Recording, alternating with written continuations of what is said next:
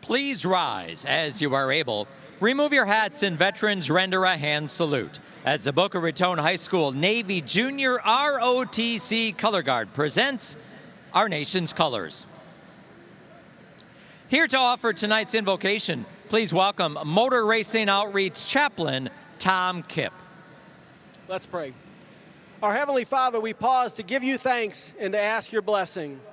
God, first and foremost, we pray your hand of protection over all of our drivers tonight for each and every lap, along with our officials, crew members, and everybody working behind the scenes.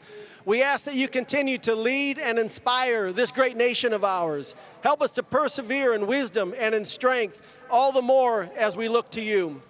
God, we pray for all of our men and women in uniform tonight all over the globe. Protect them, please, as they protect us. We pray for our first responders, too, for your glory. In Christ's name, amen.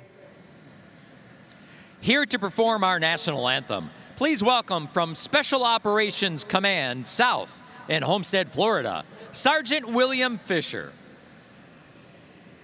Oh, say, can you see by the dawn's early light what so proudly we hailed at the twilight's last gleaming, whose broad stripes and bright stars through the perilous fight o'er the ramparts we watched were so gallantly streaming, and the rocket's red glare, the bombs bursting in air, gave proof through the night that our flag was still there. Oh, say does that star-spangled banner yet wave o'er the land of the free and the home of the brave? It'll just dump out of it. It's just trying to save itself, so you might lose power. When we come back, we're going to get the drivers buckled in their trucks, but when we come back, we're going to turn them loose here in Miami.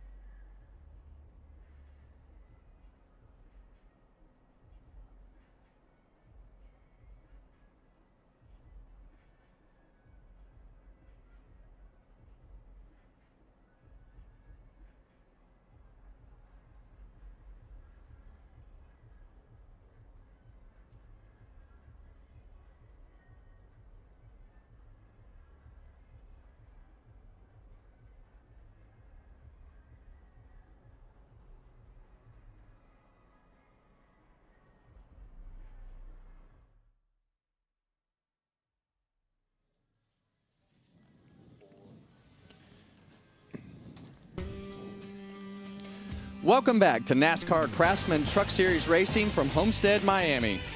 Let's take a look at one of the drivers in the field tonight. Hometown guy. Let's take a look at the piece. I'm Ross Chastain from Alba, Florida. My brother and I are 8th generation watermelon farmers. Right. Growing up on a watermelon farm, it's not like how most people grow up. A lot of late nights trying to get the last load out, a lot of fun days with the family, and a lot of rotten watermelons. There's going to be a watermelon smash. Watermelon for everybody. It's all about the Melon Man. Well, we don't know if there will be a watermelon smash tonight, but let's go down to Carson Hocevar and see what the driver of that 44 truck thinks. Ross Chastain, excited to see you back here in a truck. I know you're excited. You got Al Neese just taking a picture. What's more pressure? How close you are to home with a hometown crowd, or Al Neese all over this race truck with the 10-year anniversary of Neese Motorsports? Yeah, Al. My relationship with Al is since 2018 when I first drove for him at Bristol, and the third race was here at Homestead. It's been an incredible journey for him and I and this team, and obviously you are a huge part of that, not size joking here. So yeah, it's just something that means a lot when I get to come run these races, and I'll run for Al as long as he'll have me. And tonight's the first one of this year, so I'd say I'm the most relieved, though, that you're got a microphone and not a steering wheel in your hand, though.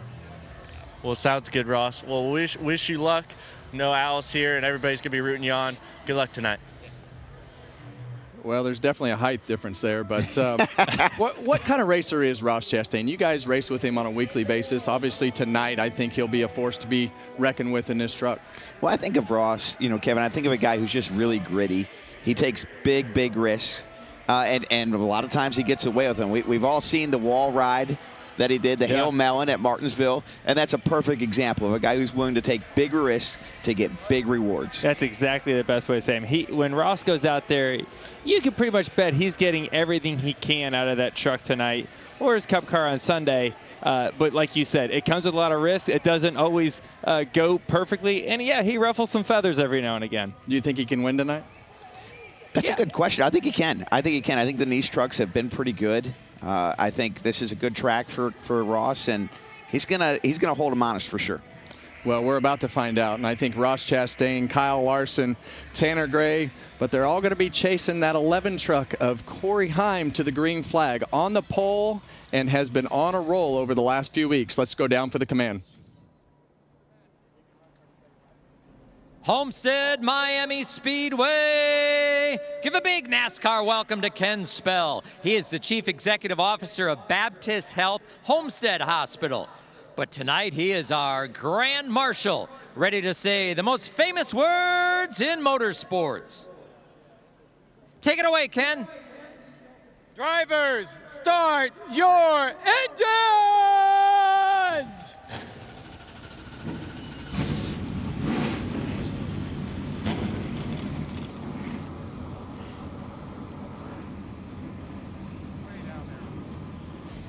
They've got them fired up, and we're about to see how this show goes down. Can't wait to see all the action here in Homestead.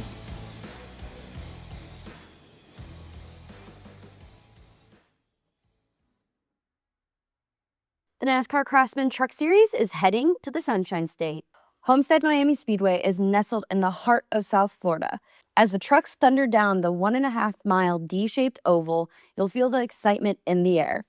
With its unique blend of high-speed straightaways and challenging turns, Homestead presents an unforgettable test of skill, strategy, and sheer determination. Get ready to witness the future stars of NASCAR push their trucks to the limit in pursuit of the checkered flag. The asphalt at this track can wear tires quickly, so managing tires is crucial. Drivers must find a perfect blend between speed and tire conservation, especially during long runs. Understanding how their trucks react to different tire conditions helps them maintain grip and performance throughout the race. The track can change as the race progresses due to factors like weather, temperature, and rubber buildup. This speedway's ideal blend of banking and straightaways allows drivers to shift their game into high gear, making for thrilling passes and nail-biting moments throughout the event. As the race unfolds under the Florida sunset, fans can expect non-stop action and unforgettable drama. Last year, after his competitors ran out of gas in the final laps, it was Grant Enfinger who advanced to the Champ 4 after this race. I think we got fuel for a burnout. This was the veteran's second consecutive playoff win. Who will be taking home the check flag today? Let's watch and see.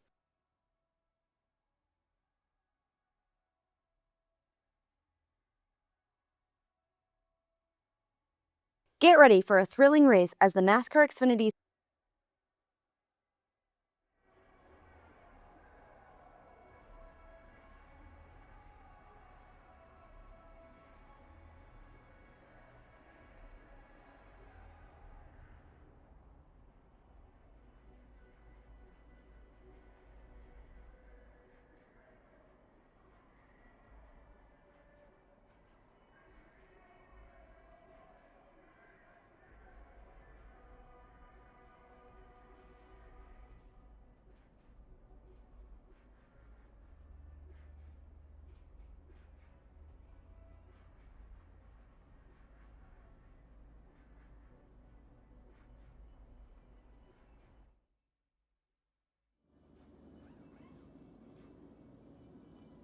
Corey Heim in the 11 truck. They have been lights out all season long.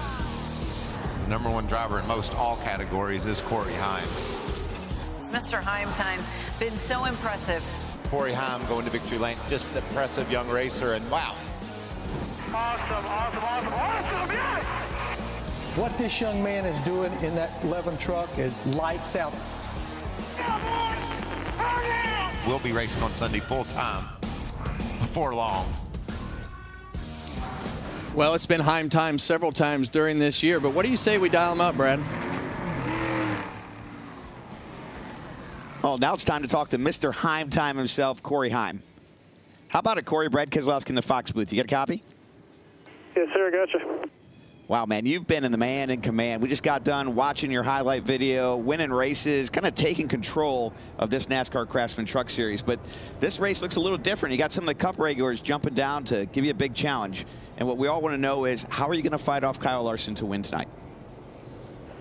Yeah, no doubt about it. He's going to be tough. You know, he's definitely made a name for himself around the fence here, and us truckers don't get up there too much. It's such a big risk to knock the right side in. So I expect to have to fend him off at some point tonight, not to start the race. So going to have to be adaptable and make sure we stay good all night. But he's going to track on for this fast tundra. I feel like we got a good shot tonight.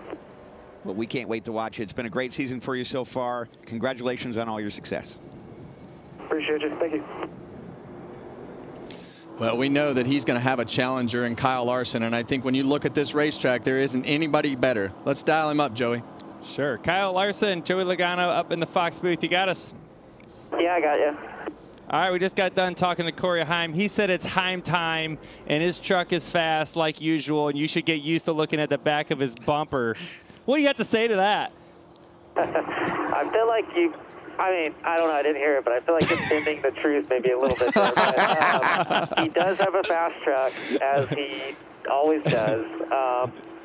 But I feel like our truck's good as well, so we'll see. I think, you know, it'll be a fun race between us two, as well as I'm sure there'll be some other guys that, you know, show their face throughout the race. So, yeah, just have a good time tonight. Thanks, Fire, for, you know, building this truck for me. Thanks to Mr. H and HinderCars.com for let me have, you know, some fun this weekend. Well, we're looking forward. And, yes, I did make that up, so don't worry about that. But we're looking forward to watching you run the high side. Good luck. Yeah, thanks. Let's take a look at the Craftsman starting grid. Row 1, we've got our pole sitter, and we've talked about Heim time, Corey Heim, and Tanner Gray. Then in row 2, we just talked to him, Kyle Larson alongside with Lane Riggs, another truck that we expect to be fast tonight. Row 3, Gio Ruggiero, who is the rookie who finished second at Daytona, and Tyler Ankrum, finished runner-up here in 2020, had a great week in Las Vegas last week. We'll roll back through the rest of the field, and you see Ross Chastain right there on row 4, and what we thought was one of the best trucks in practice, that one truck of Brandon Jones. Absolutely. Ty Majeski, really fast last week. Look for him to be good again. Dawson Sutton there in row 9. Matt Crafton, former series champion. I'm looking at this back of the field here. Frankie, Tony, doing their best, trying to make a name in this series. Hasn't gone great for them so far. this is their chance to turn their season around. Well, let's send it down to our pit reporters and see if they're actually going to do anything tonight. But Austin, start us off, man. What do you got? Well, probably not all the comfort and amenities you have up in the booth, but we're going to start it off right here. You guys talked about Corey Heim, Kyle Larson. The guy I want to look at is the second-year driver, Lane Riggs. Qualified 4th, led a lot of laps here as a rookie. I talked to him during driver intros. Feels really confident, liked his truck in practice, like the way the nighttime is going to affect his stuff. And he's got an onboard camera, so should be a lot of fun to watch him and the other guys dice it up. Carson, what you got down there? Yeah, I'm down here at Grant Enfinger's pit. A lot of confidence. They want to show their face tonight. Won this race last year. They feel really good about their truck. I talked to Jeff Stakowitz, and he says that they're a little bit different for the nighttime, but feels really good about it. They felt good on practice on their long run, so it's going to be fun to watch Grant Enfinger. Always a competitive guy, but always seems to find himself late in the race, takes care of his stuff, and finds time to be there when it matters. So be on the lookout for him. Going to be a fun race anyways. I'm happy to be down here. Back to you guys up in the booth. Well, great job, guys. Way to start us off on the right foot there. I felt like that was a great first report. Although it wasn't as good as the weather.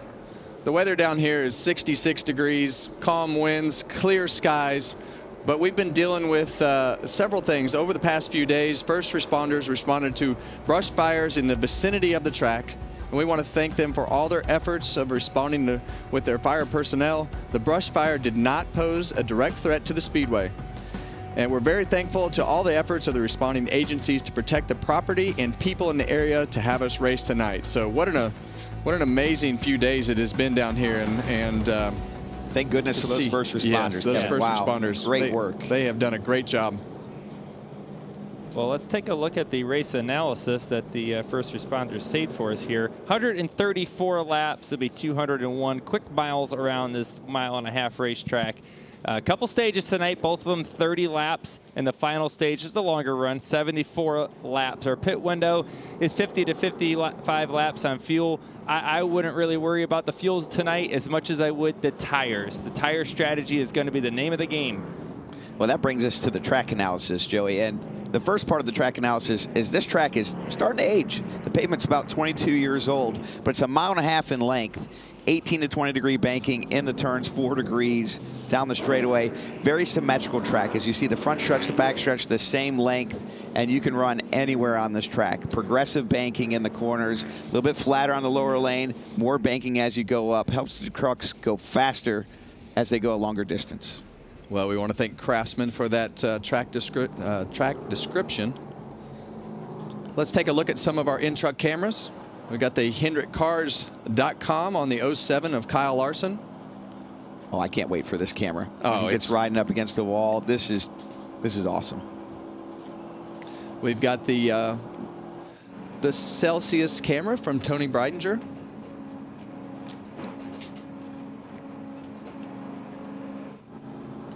And the 34 with the Ford Performance Cam of Lane Riggs. I think he'll be in the game tonight too. I think he's been pretty solid all year. He's been solid. I think they're looking for just a calm race. It seems like he's had to fight through adversity all year long. I think a normal race would be good for him. We've got a little radio chatter from Tanner Gray. Sorry, buddy. This place ain't Darlington, but it's a lot like Darlington. You just race the place.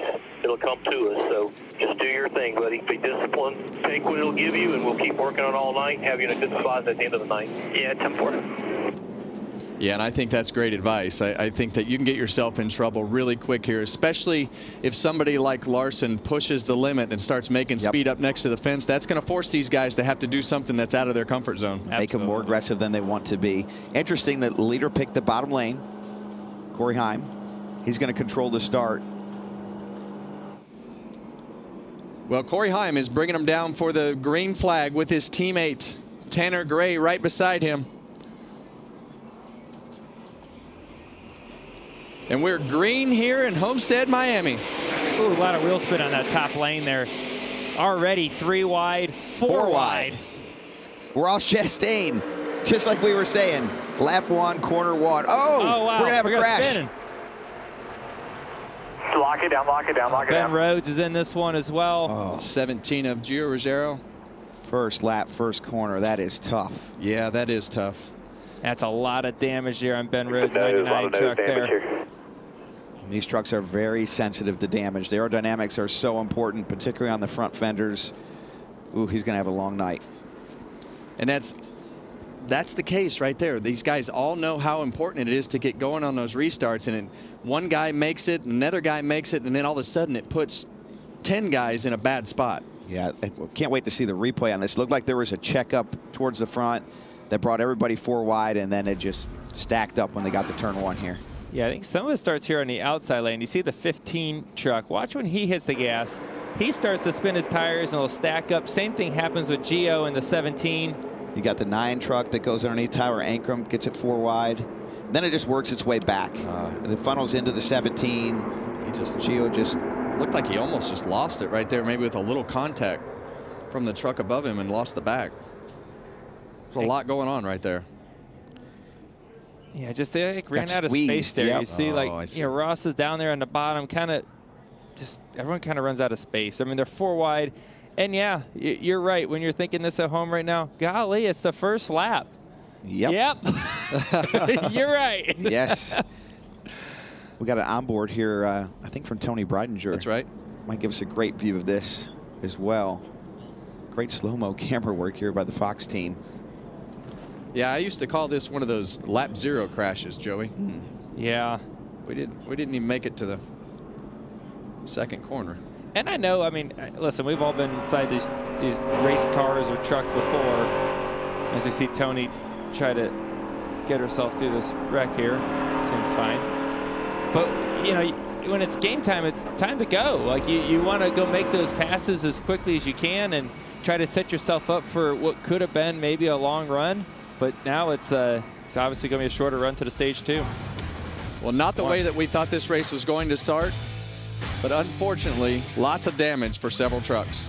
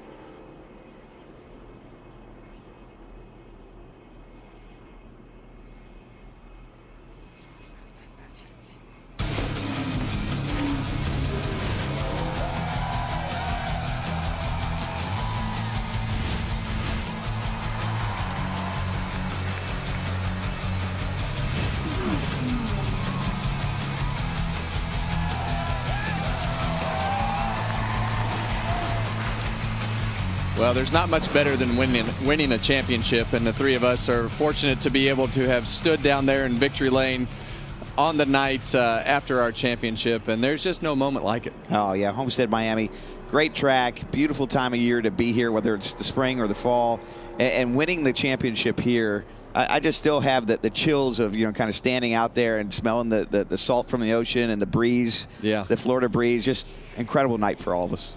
Yeah, it's definitely a special night. I mean, championships are what we all fight for, right? That's like the pinnacle of the sport when you get to the cup level to win that and to achieve that accomplishment and celebrate on the start-finish line here and seeing, to me, the most special moment all the time is when you see your family, you see your team for the first time when you get out of the car. Because when you're in a race car, you're by yourself in there a lot of times. So it's all the time, actually.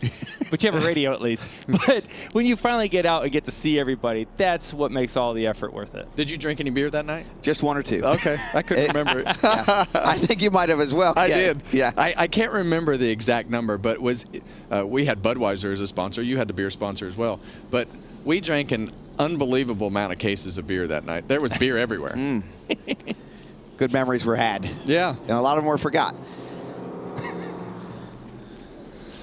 All right, let's take another look at this wreck. What do you guys see here? Well, when we were in break here, I had a chance to look at this a little bit further, Kevin, and what stood out to me was the 18 truck you're going to see right on the top right here, Tyler Ankrum. I don't think he knew they were 4 wide. Clearly, there's more lanes available at the top. It comes down a little bit on the 9. The 17, Gio here, he just had nowhere to go. But Ross Chastain, very aggressive move. Everything we talked about in the pre-race. High risk move, high reward. He gets through this without being crashed, but not everybody else did. Yeah, and by no means I think we're placing any blame on Tyler Ankrum in the 18 truck. He's just going into the corner. He's thinking he's 2 wide, maybe 3 wide. I don't think he's expecting to be 4 wide. I know there's spotters on the roof, but that's a kind of a late moment as everyone kind of fanned into the corner. It looked like racing to me. Yep. It's tough result. Well, UFL Week 1 kickoff. Spring football is back with the UFL kickoff weekend starting next Friday as St. Louis takes on Houston at 8 p.m. Eastern. Then next Saturday, it's San Antonio versus Arlington, 4 Eastern, all on Fox.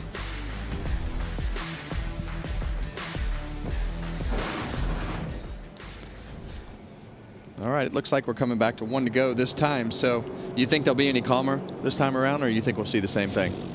I mean, after that, it's hard calling, but I don't think it'll be much calmer. What's interesting? Ross is closer to the front, so that might calm it down a little bit. What was interesting to me, Joey, that you called out right away on the start was the outside lane just didn't launch very hard. You know, this track, we're on a Friday on a race weekend, which means all the series haven't been on the track. The track doesn't have a lot of rubber kind of ground in the surface that you would get from all 3 series being here. And it's pretty slick. And we're seeing that on the restart. So it'll be interesting to see, to me, with Kyle Larson now being on the front row, if he'll be able to get that traction on the launch. And that's a solid point, because now, as abrasive as this racetrack is, they do have, a lap, not a corner, right, on their tires, but they're idling around here, and it creates a little bit of wear. You know, they're going to have less grip this time than they did the first time. So, yeah, but you also have, Larson, who's very experienced, used to not having much grip on dirt a lot of times. He's probably going to be fine. We saw a lot of tire wear in practice. From the driver's perspective, do you think that gets better, worse? Are they worried about it? What are they thinking? I mean, we saw several tires have some issues. Well, typically as the race goes along, it gets better, right? Because you got to think of the racetrack, when it's green, that means there's no rubber packed into the track. It's very abrasive. But as there's rubber that gets laid down, it kind of fills in all those little nooks and crannies in the racetrack, right? It makes it really smooth, and it makes the tire wear less. But the first run is probably going to be the most aggressive. Carson? Yeah, guys, I'm down here at the Ben Rhodes camp. A lot of damage. Car went from 12 o'clock to 3 o'clock with that steering wheel, had a bad vibration, down a set of tires, had to put 4 on it to see what was all wrong. So not only is it going to have damage, but going to be down a set the rest of the night. Obviously, a lot of damage. Is going to be a tough feat and a long road ahead for Ben Rhodes in the 99 camp. Yeah, and when he says the steering wheel, if you're holding your hand straight like you're driving down the highway, all of a sudden when the front end gets knocked out of alignment, now his hands are like at 3 o'clock, in other words. So it's, the front end's probably not aligned as good as it needs to be, which also induces tire wear. Yeah, and they have an extra set of tires compared to what they had last year. So he still had to use one up. No matter how many sets of tires you get here at Homestead, you're always going to be... Not enough. You're always not going to have enough. Well, they're coming to the green one more time. Second time tonight. Let's see if we can make it past turn 2 this time. Corey Heim, Kyle Larson. Green's out. Let's try this one more time. Another great launch from the bottom lane. You can just see there's a lot more grip up or down there compared to the top.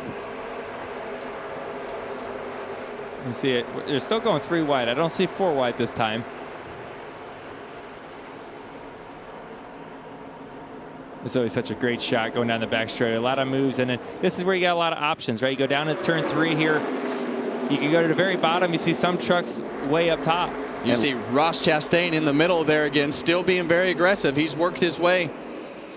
And Larson trying to get the lead already on Corey Heim. Well, I think this is going to be a great night for Corey Heim to have somebody up there like Kyle Larson. He is going to side draft him off the corner right there, but he is going to push Corey Heim to do things tonight that he hasn't had to do many times in his he's pushing career. him right now, Kevin, down the straightaway. You've seen right there at Corey Heim drove into the corner and was washed him up. And look at Larson. He's like, yeah, you're going to have to block higher if you're going to do that. Wants that lead early here. I think he's going to get it right here too, guys. Not sure Larson appreciated him squeezing him up off of turn 2 there. And here comes Ross Chastain. He's going to try to fill the middle again. Oh, what a crossover. Tries to get to the left side of Corey Heim. Yeah, and you saw the 07 there of Kyle Larson cross the wake of the front of the Ross Chastain truck, and that truck take off up the racetrack. Aerodynamics so important in all NASCAR series, but this truck series, they go through the corner so fast that you need that air to help assist you get around it. The other thing that happens on these trucks is it becomes really hard to pass. We see that at Daytona and Talladega in the Cup cars, but the side draft in these trucks is massive. Oh, slide job here by Kyle Larson. Drove it into the corner harder than he could hold his lane. Woo. He's relying on that air to give him the block. Man, this is fun to watch. Corey Heim crosses him over. Here comes Ross with the draft. You know he's going right down the middle here. Oh, he tried to, but Corey Heim's going to slide job back on Kyle Larson. Larson's going to try to turn it back down. This is some fun racing by 3 great drivers.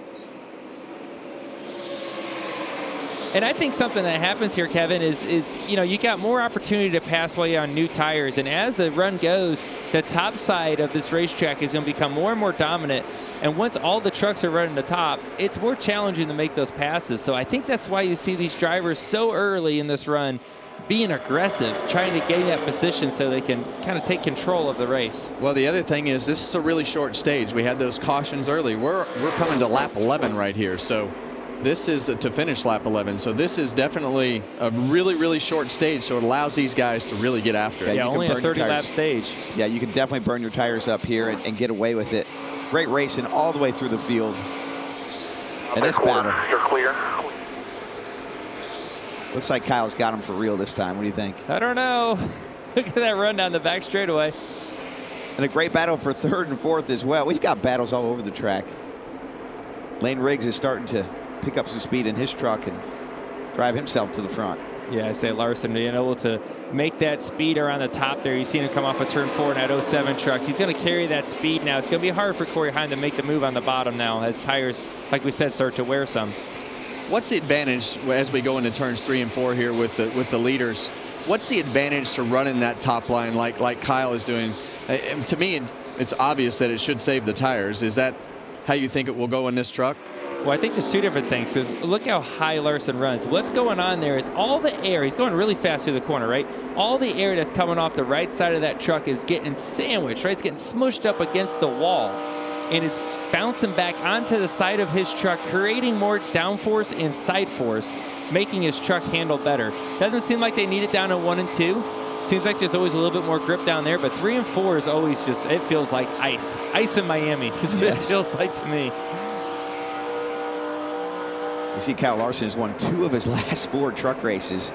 He's going for 3 for 5, and he's got a great shot today. Yeah, you see Enfinger going by Chandler Smith there. For 13th. Ty Majeski, he's gone from 10th to 5th. So definitely a truck going forward as this race takes place. Former winner here. Don't count him out, last year's champion. And last week in Las Vegas, Ty Majeski's truck early in the race was so fast. Definitely the best truck on the racetrack. Got damaged throughout the race and really cost him what I think a win with the best truck. Yeah, and the thing about Ty Majeski and his team, I just feel like Ty does such a great job of managing the races. I feel like through the last few years, he's definitely just gotten better and better each year. heck of a super late model racer. I think he'll be at Pensacola at Five Flags Speedway this weekend racing that super late model race.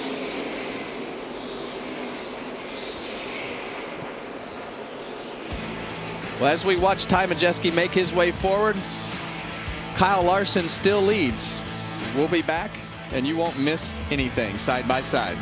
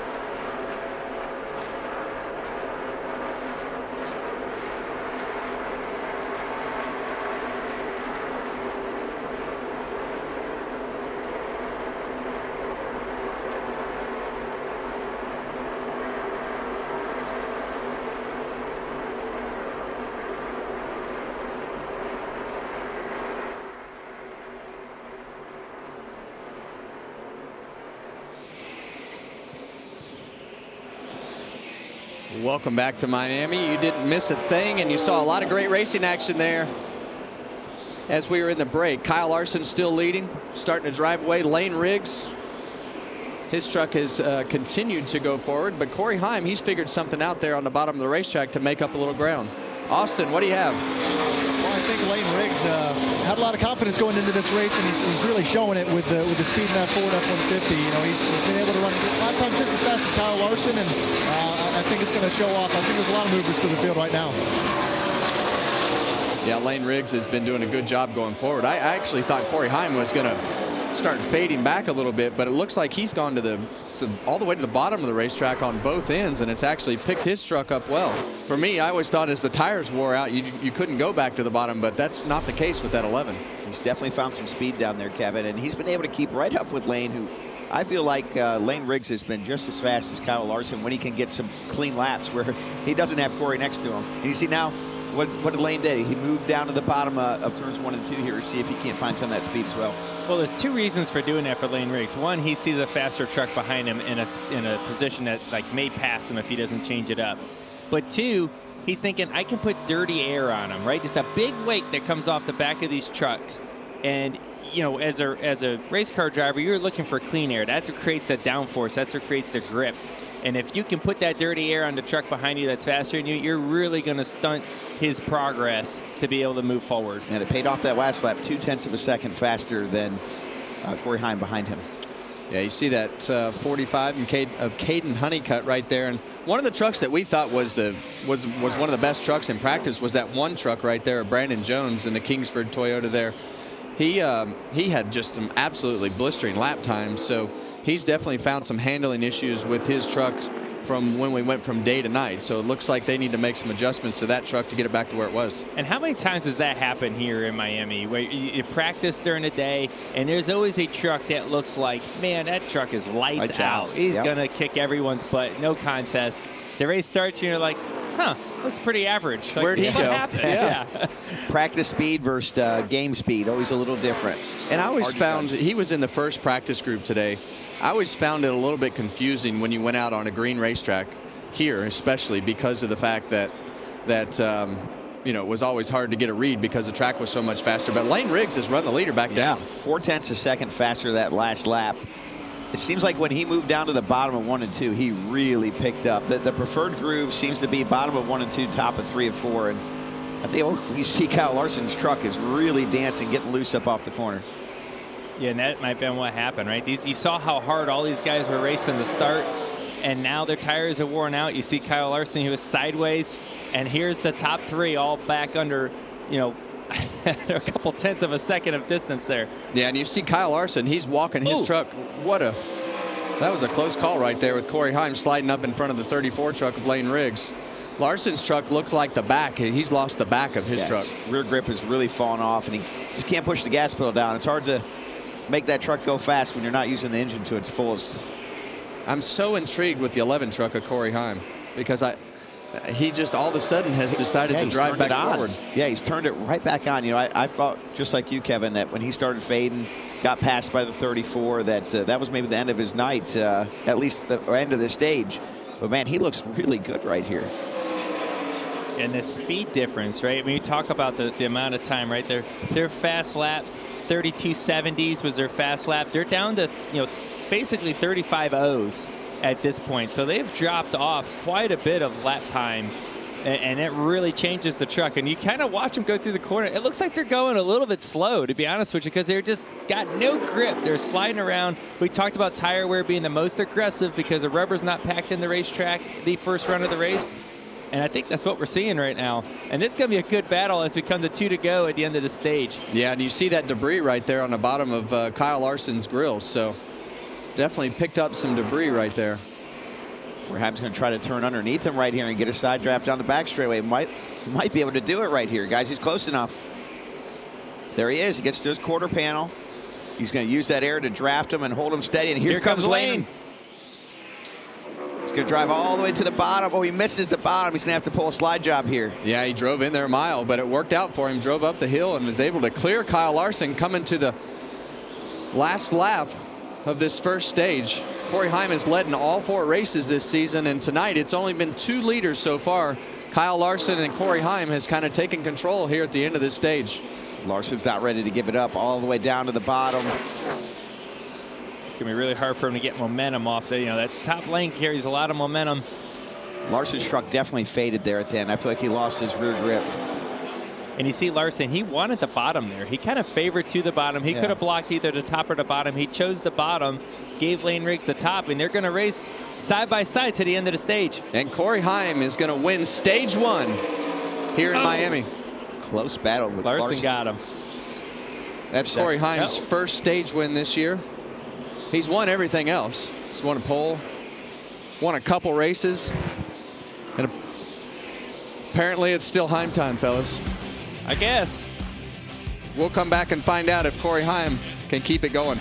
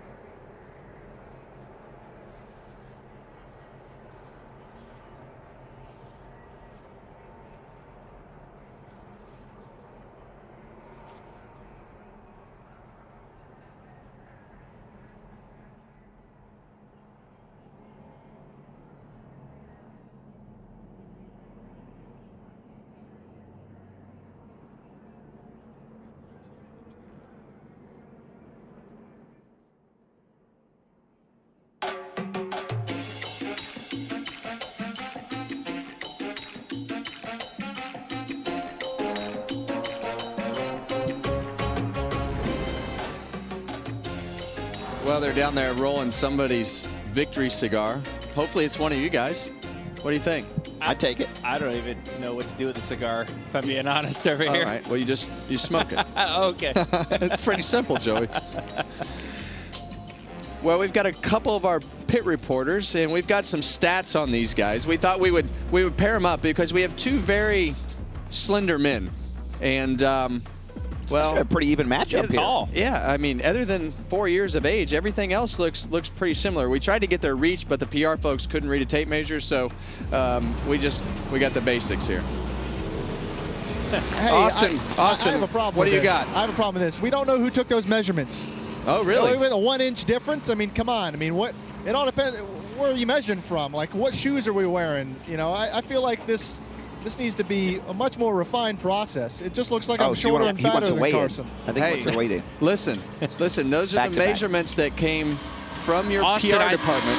Austin, I think it was just the hair difference, honestly. I think that was it. I was going to say a hat. Maybe.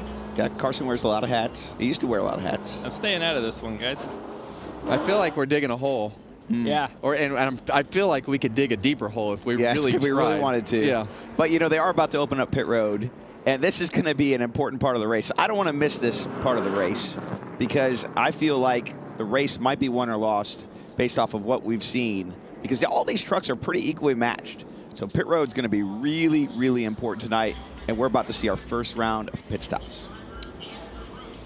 Well, all these pit stalls were selected from last week's qualifying session. This week's qualifying session sets next week's pick. And here we go for our first round of pit stops of the night. Carson? Yeah, guys, Ty Majeski in that 98 machine was out of a wedge adjustment, so Joe Scheer going to make a track bar adjustment and 4 tires. Now, Kyle Larson felt really, really good on the short run, but lacked a lot of grip late in that run. They're going to go down on the track bar as well as 4 tires. Further down pit road, what do you got, Austin? Yeah, Lane Riggs definitely joining that battle for the lead. He went in too far into his stall there, but he felt like his truck was just too tight to contend for the lead. I think they got more in it. Meanwhile, Corey Heim, he was getting coached to save his tires at the beginning of that run. Came on super strong there. Should be nice. They need a little more lateral rear grip.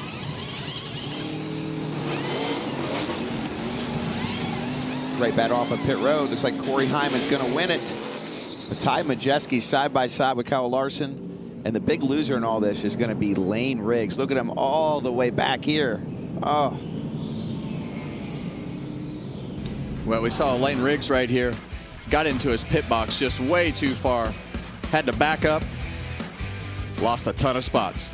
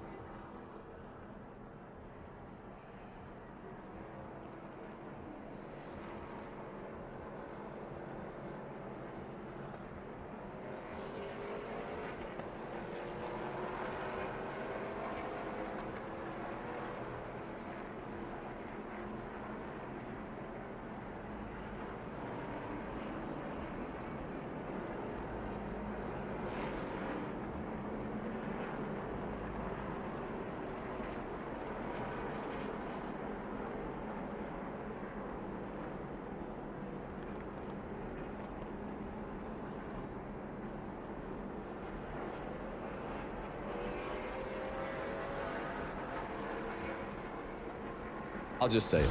It's absolutely ridiculous that we went to an unrestricted 1.5 miles and they qualified wide open. What in the world do we need to do to get more horsepower? This screams horsepower to me. This is not a good scenario. And I've heard all the things about different manufacturers and different this and different that. I hear all those stories, but I haven't seen it. Put some damn power in the cars. Wide open qualifying at an unrestricted 1.5 mile racetrack is dumb. Hallelujah, Kevin. Well, if you're like me and you like to hear Kevin Harvick preach the gospel of NASCAR, you can join him every Tuesday and Thursday for NASCAR's #1 on the charts podcast, where Kevin gives his expert opinion on the top storylines and brings the biggest names in sports and entertainment into the racing world. It's Kevin Harvick's Happy Hour, presented by Echo Park Automotive. Kevin likes the horsepower. I love horsepower. I like There is horsepower, nothing too. better than listen to just something that's got too much power, scream down the straightaway, blow the back tires off of it off the corner. Tim Allen, somewhere is listening. He's very happy to hear that. Yes, more power. We want power. Bring us some horsepower, please.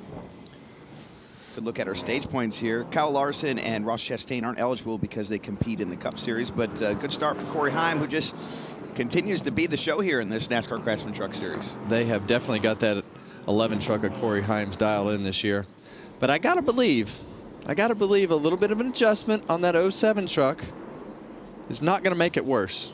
We also have Ty Majeski. We've seen him pretty fast, past a lot of trucks early. Now he's starting towards the front. We'll see what he's got, too. And in P5, Chandler Smith has quietly made his way from the back of the pack towards the front. Don't count him out. Here we go. Stage 2, green flag. Here they go again. 3 wide. Chandler Smith's going to go to the inside of Ty Majeski.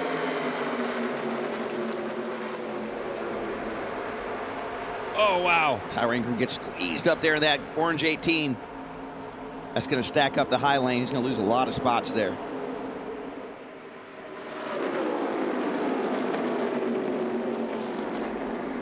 So the restart's going to be under review. Make sure they all stayed in lane when they were supposed to.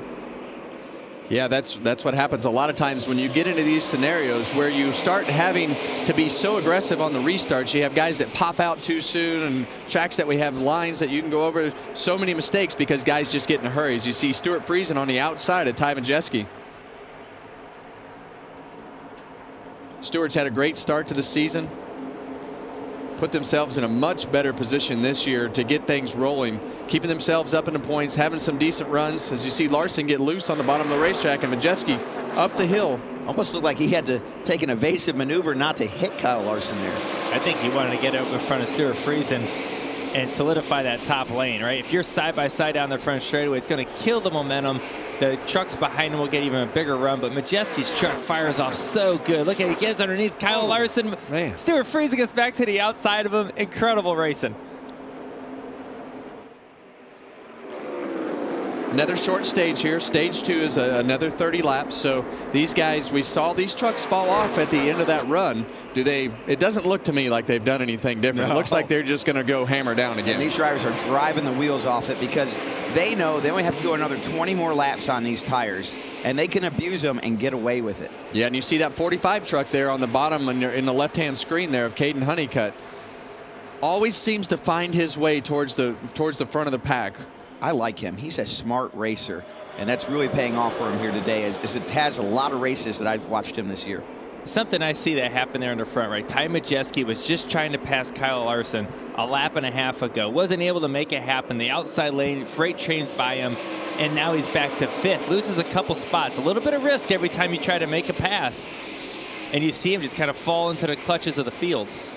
Caden Honeycutt got really loose there into turn 1. NASCAR has said the restart is good, so we're all set with everybody with no penalties. See a massive run right there by the 19 truck of Daniel Hemrick. Larson just bottom feeding on the bottom of the racetrack, trying to be able to get to the inside of Corey Heim. All he's trying to do is get that quarter panel, Brad. Just trying to get to it. He can dump a bunch of air onto that rear spoiler down the straightaway and allow that side draft to go into effect. Yeah, he's just taking those little bites, like you're saying, Joey, and hoping one of them, kind of like a boxer giving little jabs, hoping that something opens up and he can get that big jab in. And I feel like the last time Larson was able to get in there and mix it up with Heim. I feel like Heim has a better truck. It's just a matter of trying to get enough space away from him to be able to not have to mix it up and keep himself out of position. As you see Larson try to get to that left rear quarter panel again. That's just another one of those little jabs, and he knows eventually he's going to get it too. Carson? Yeah, guys, you're talking about how abusing the tires. I was down here in the 9's pit box. They said how good they're going to be on the long run based off of practice was exact opposite. Cording on the right front for the 9, a lot of adjustments. I talked to Jeff Stankiewicz. I said, are you worried about cording? He looked at me with a smile and said, I am now. Yeah, and they had a little bit of truck. That truck had a little problem in practice. They actually quit practice early, so he was one of those trucks that was worried about his right front tire and the cords that it had hanging out of it. As you see Daniel Hemrick go past Chandler Smith. And look at the battle for the lead. These 4 trucks under a blanket over here. Stuart Friesen got back into second place as the 2 leaders were kind of air blocking each other around the racetrack. Stuart Friesen took advantage of that opportunity, got by Larson, and here comes Majeski looking to go 3 wide in the middle. It's going to be a hard one to pull off there.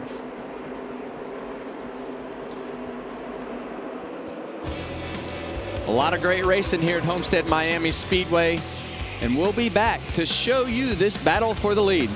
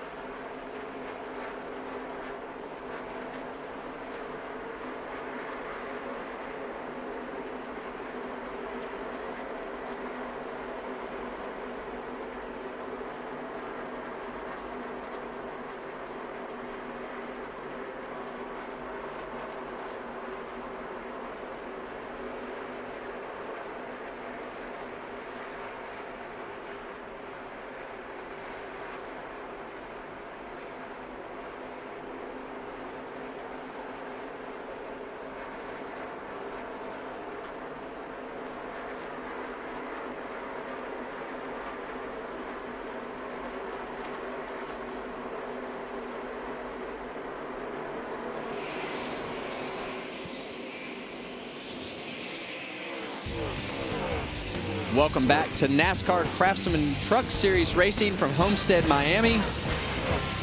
And they have not quit at the front of the field. Stuart Friesen has put the heat on Kyle Larson. There's been some great action here. You know, I thought with the adjustments that Kyle Larson would maybe set sail, but it doesn't look like it really helped his truck as much as we thought he might get out of it. No, and I think that Corey Heim and Ty Majeski have made their trucks better. I think Ty Majeski probably the biggest gainer that I yeah, and here he goes. He's going for the lead. And he feels pretty good about his truck. He's going to try to wrap the bottom here, but Corey Heim's going to have a run off of turn 2. He's going to cross him. Oh, yeah, man. Great back. He crossed him with a side drive. Look at the rubber marks they're leaving down. We were talking about how the track takes rubber. There's an example right there, guys. You could literally see the tire tracks coming off these trucks. And it's a fight back to the top. You see both these trucks are able to make speed up top or along the wall. So they're both like, I got to get back up there. So that's why you see them chasing each other down the straightaway, trying to get cleared, because I felt like whoever was on the outside into turn 3 was going to get advantage of that little battle. So Ty Majeski went for passing for the lead to being a half a second behind in less than a lap.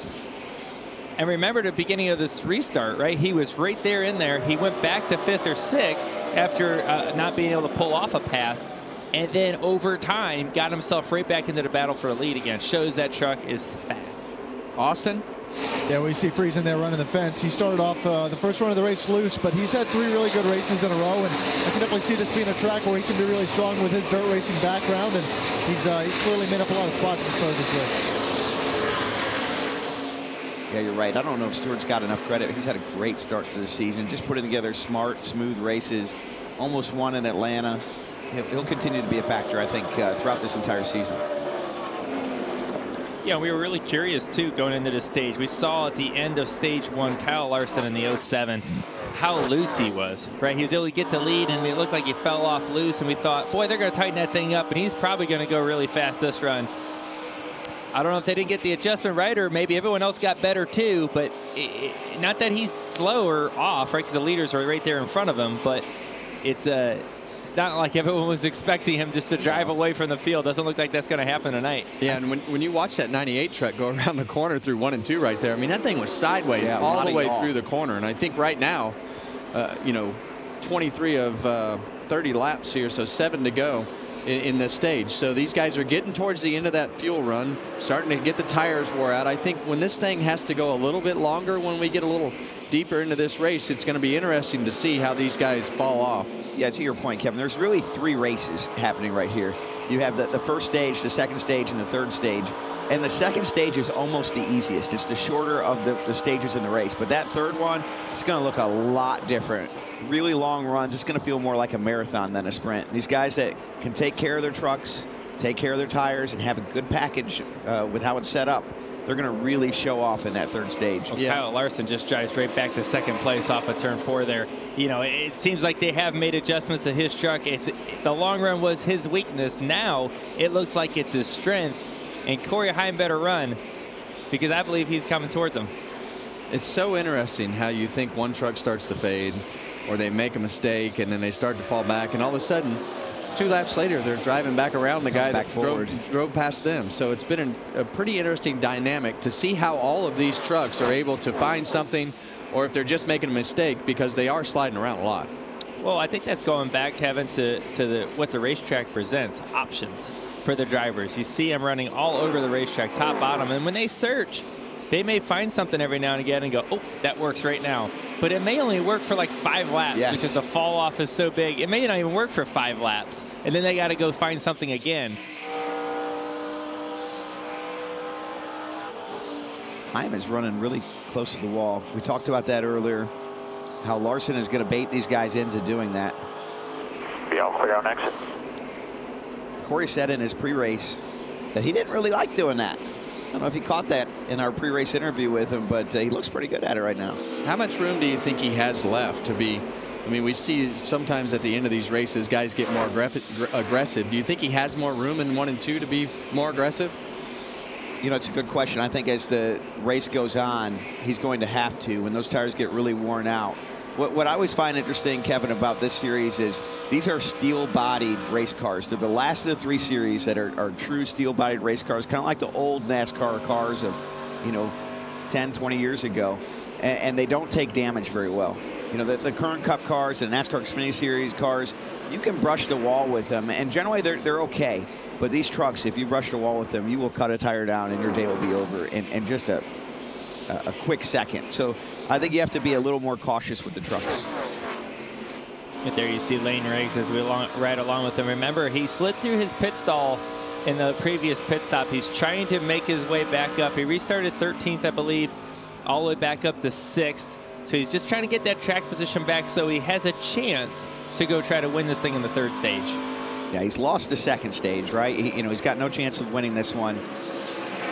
So we get to the last lap of the stage. But, you just want to recover that track position and to your point, be in the hunt. Well, Corey Heim has dominated this stage as he has much of this year. He's led the majority of this stage, and I think he's actually done it in a little more of a dominant fashion than what he did in stage 1. So he pretty much leads from start to finish here. Winner of stage 2, Corey Heim.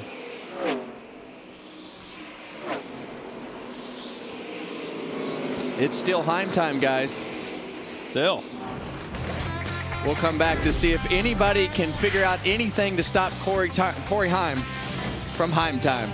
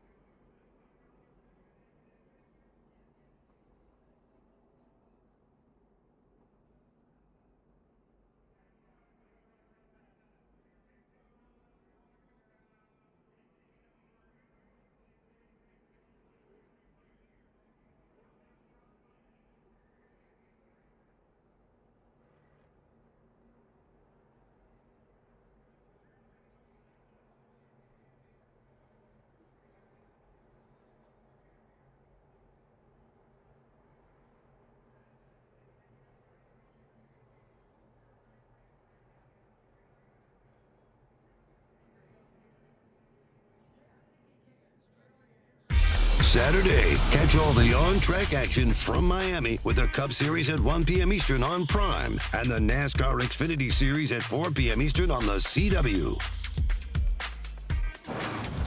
Starting March 29th, if it's Saturday night, it's baseball night. All season long, Fox is your home for America's pastime in primetime. Baseball Night in America returns March 29th on Fox. All right, guys, pits are open this time. What do we need to do to beat Corey Heim? Well, if you're Lane Riggs, you just need to execute this pit stop because I think you've got a great truck. And looking further back at Ty Majeski, he's got a great truck. He just maybe used the tires up a little bit. So a few little adjustments. Kyle Larson's the big question mark for me, though. Carson? Yeah, guys, Ty Majeski going back at the adjustment, wants to put the track bar back down and going to pull rubber right here. Back on the track bar, the 07 of Kyle Larson thinks the track's getting looser, going to take a stab at it to hopefully beat the 11, but they both think they're one adjustment away to having a shot with the 11. How about you, Austin, down pit road? Yeah, Stuart Friesen really happy with their adjustments. They were able to get a ton of short run speed, as you saw, make up all those spots. Meanwhile, Corey Heim made a small adjustment to tighten up the truck that run, and obviously a really commanding run to the stage, looking for a lot of the same.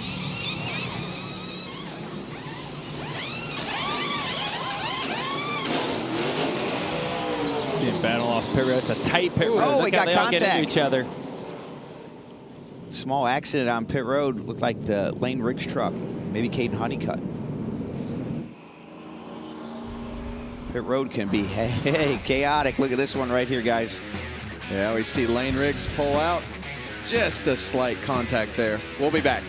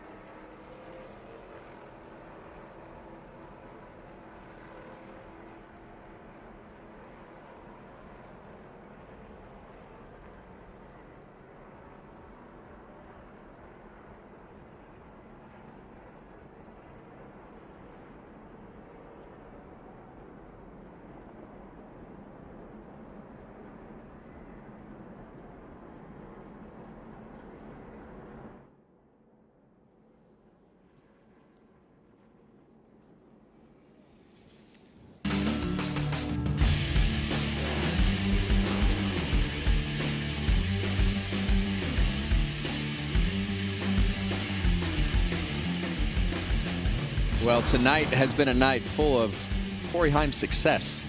Yeah, Corey Heim looks like a Sunday driver, guys. You just look at what he's done in this Truck Series this year, and even to the tail end of last year, he looked like a guy that could elevate himself up to the Cup Series. And, you know, he's won 2 of the first 3 races. Here we are in race 4 of the season. He's sweeping the stages against Cup drivers.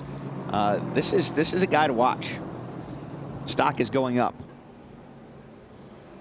Well, let's see what happened back in the pits just a few moments ago to the 98 truck of Ty Majeski, and had a little bit of contact here. It definitely see Lane Riggs pull out with had some contact there with the back of the 45 truck.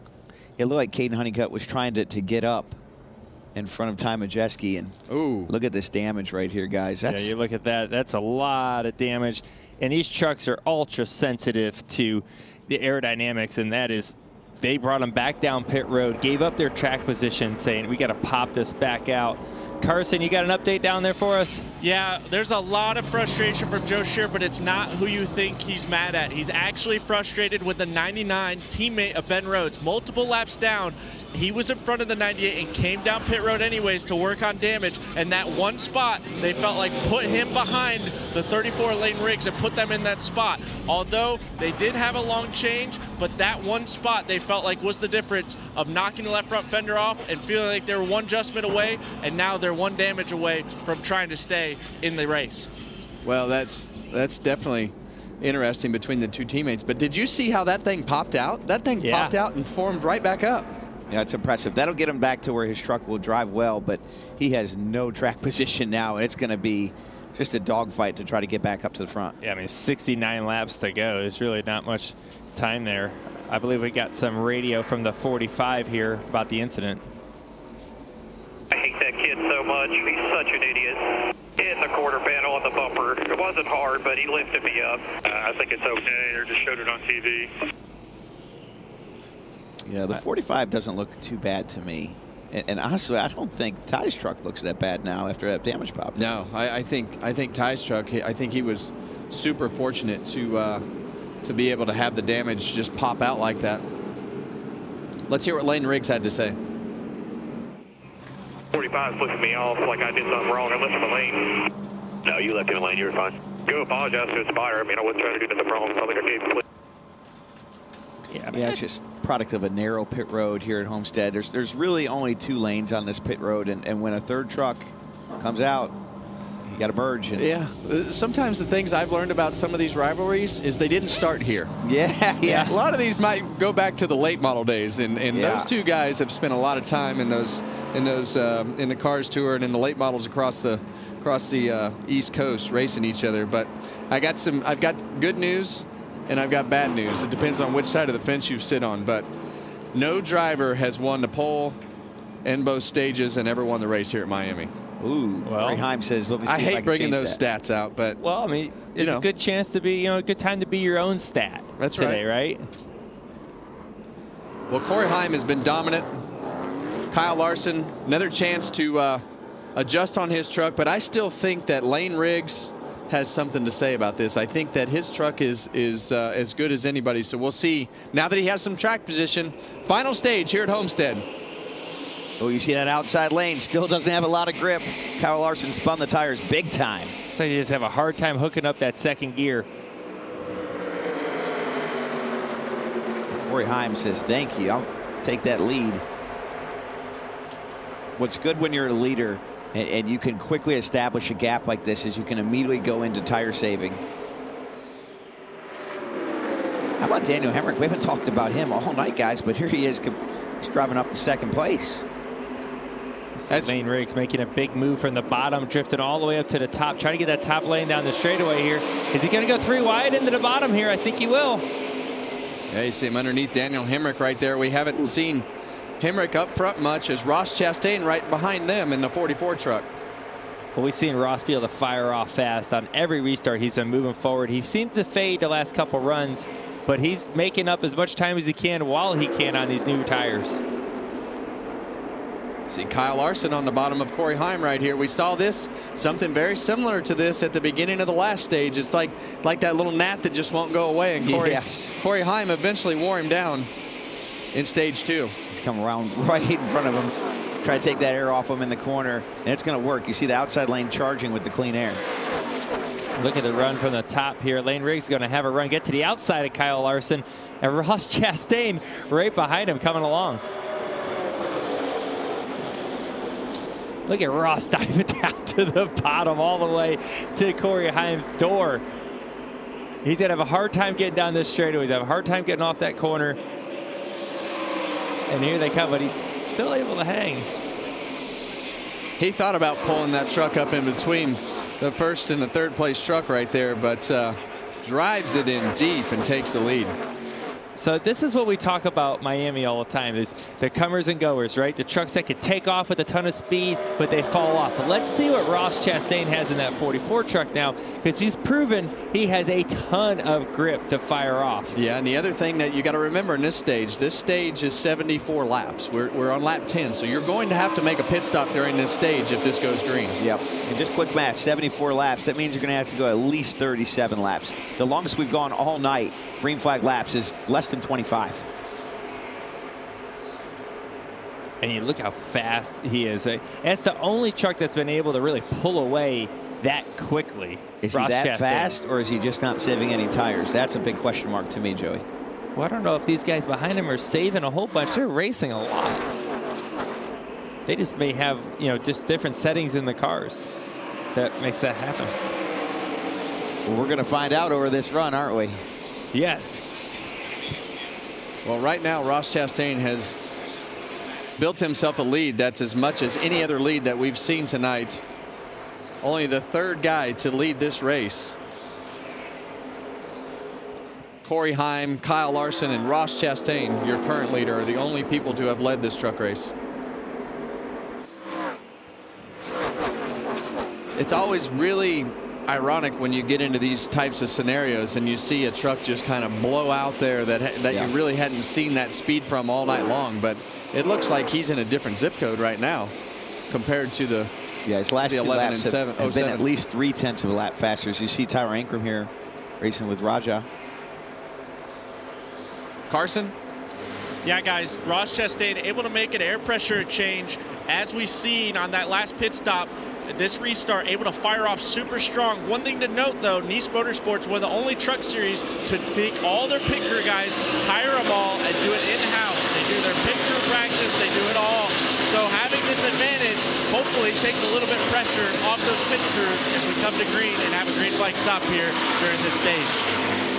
You might say it put more pressure on them. They got a chance to win. You don't want to be the guy that fumbles the ball on the final pit stop, right? When you have a chance to win the race. And obviously we were quite a few laps away from that green flag cycle if that happens and if the caution comes out. But right now these truckers, they got 2 sets of tires laying in the pits. So that's how the strategy can play out depending on how cautions fall.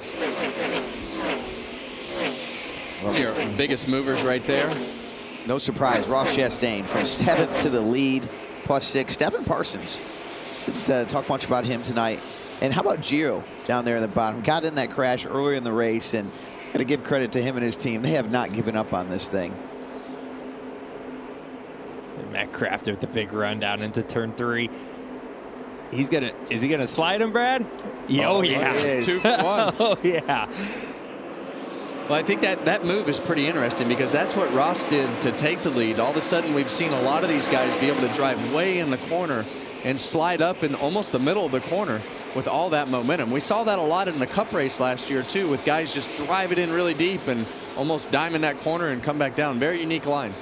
Yeah, you have to think that uses up a lot of your tires to do, right? It's a big, long slide. It is a huge, long slide, but they're thinking, hey, if I can get in front of them, get to the outside lane, which is the preferred lane, I came out ahead.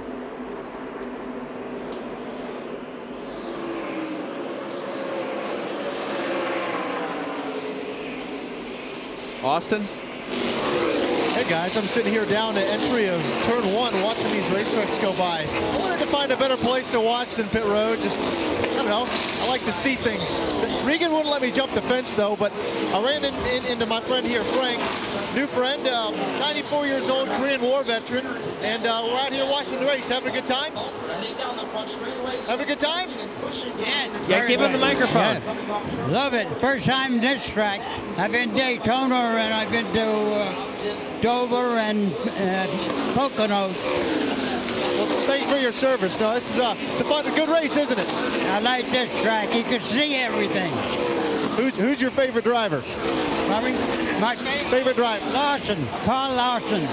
Big Kyle Larson man, rooting for the 07 truck, but great view tonight, and Frank and I are going to enjoy the end of this race. Good job, Austin.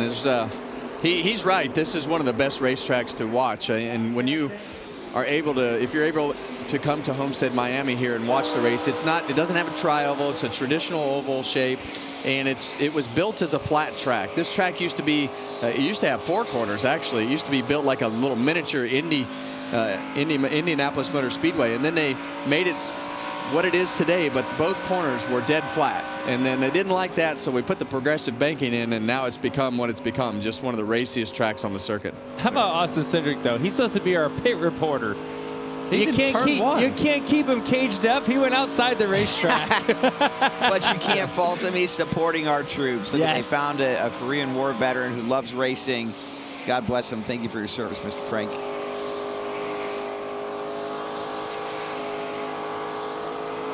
Great shot here of Kyle Larson as he's working the wheel up off of turn 2 here. Running the bottom, you see his eyes move up, checking the mirror. 5 back 34.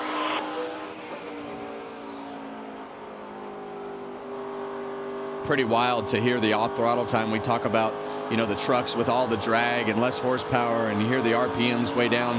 That's a lot of throttle. A lot of throttle off time there, Joey. Yeah, well, that's that tire wear kicking in. You hear him just got the 34 rolling there right behind him. Barely picks up the throttle. And he's probably half throttle until he gets to this part of the straightaway or the corner where he's able to finally get it wide open. You just got to feather it nice and easy. All about momentum. Turning down to the bottom of the racetrack this lap. See how he just keeps moving around trying to find that grip. It's almost like a dirt race, and that's what he does really well. Well, as we ride with Kyle Larson, we will come back and see if anybody has anything for now. Ross Chastain.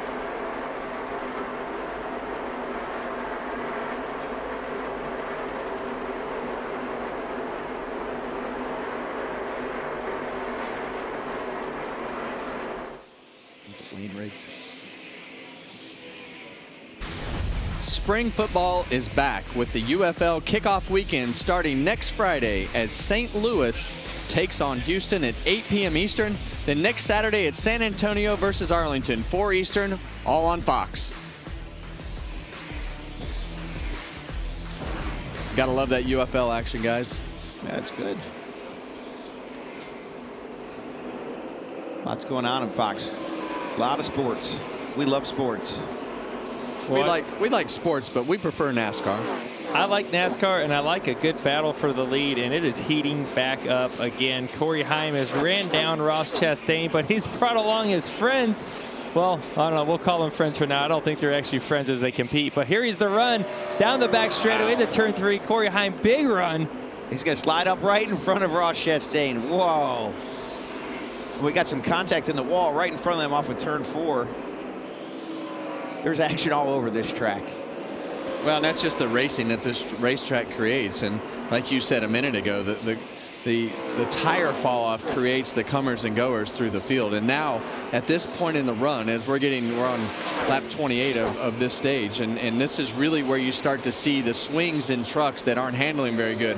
We see Ross fire off trying to build up for that short run, and now he's having to pay the price on the second half of this run. You see him try to throw this haymaker block. He's going to try again to Lane Riggs. Lane ain't having any of that. Still able to clear him just barely. Look at the run Larson's got. He's going to get both of them. Oh, that's going to make Lane upset. Lane has been really fast, arguably faster than Heim. Oh, no! Larson. Lock it down here. Lock it down. You're good. Oh, Larson's going to spin off of turn 2. Caution's out here. Caution. Nice 360. He's not going to lose many spots there. I don't know if he lost 1 or 2. I mean, that was impressive. Yeah, and this will definitely put everybody in the window to pit right here. I think Larson might have a flat right rear tire there. That all started when Lane Riggs. You can hear it. Yeah, you can hear it. And he's got to be careful with that because that tire comes apart and rips that quarter panel off. His race is over. But he doesn't want to lose many spots right now as the field closes back up. Look at all these guys are going by him. He can't maintain minimum speed. He's going to be in the back anyway. He should just pit. He's going to drive by pit road, it looks like. I don't like that. Ooh, yeah, I don't like that either. That's risky. But this whole sequence all started with Lane Riggs trying to pass Ross Chastain. Ross Chastain threw that haymaker at him to try to defend, and it checked up Lane Riggs, gave Kyle Larson that big run, and it just all stacked up. And here we go. We're going to see it right here on the replay. And you see Larson with the big run off of turn 4. Right before this, Ross Chastain threw the big block on Lane Riggs. And they're going to get down in this corner. And Larson wants this clear. He wants to get all the way to the top of the track, but Lane Riggs is there. Makes contact, and around he goes. And I feel like that's something that a lot of guys have started to do now. It's like drive it in hard and almost fake that move that you're coming up and then try to stop it if the guy's still there. And I think in this case, Lane was definitely still there. Yeah, it's like he tried to scare him out of it a little bit, right? Yeah, Tried to get him to got lift. loose right there. That's what happened. I love how he just put the gas pedal down on the wood. You know, that was wide open, trying to keep it off the fence, trying to drive down the hill. Yep. So he didn't make contact with the wall. And he gets a great 360 out of this. Unintentional drift, but didn't wreck. See the right rear tread. Oh, this will be good. So he's thinking to himself he's going to be clear in turn 1. He just doesn't quite get there.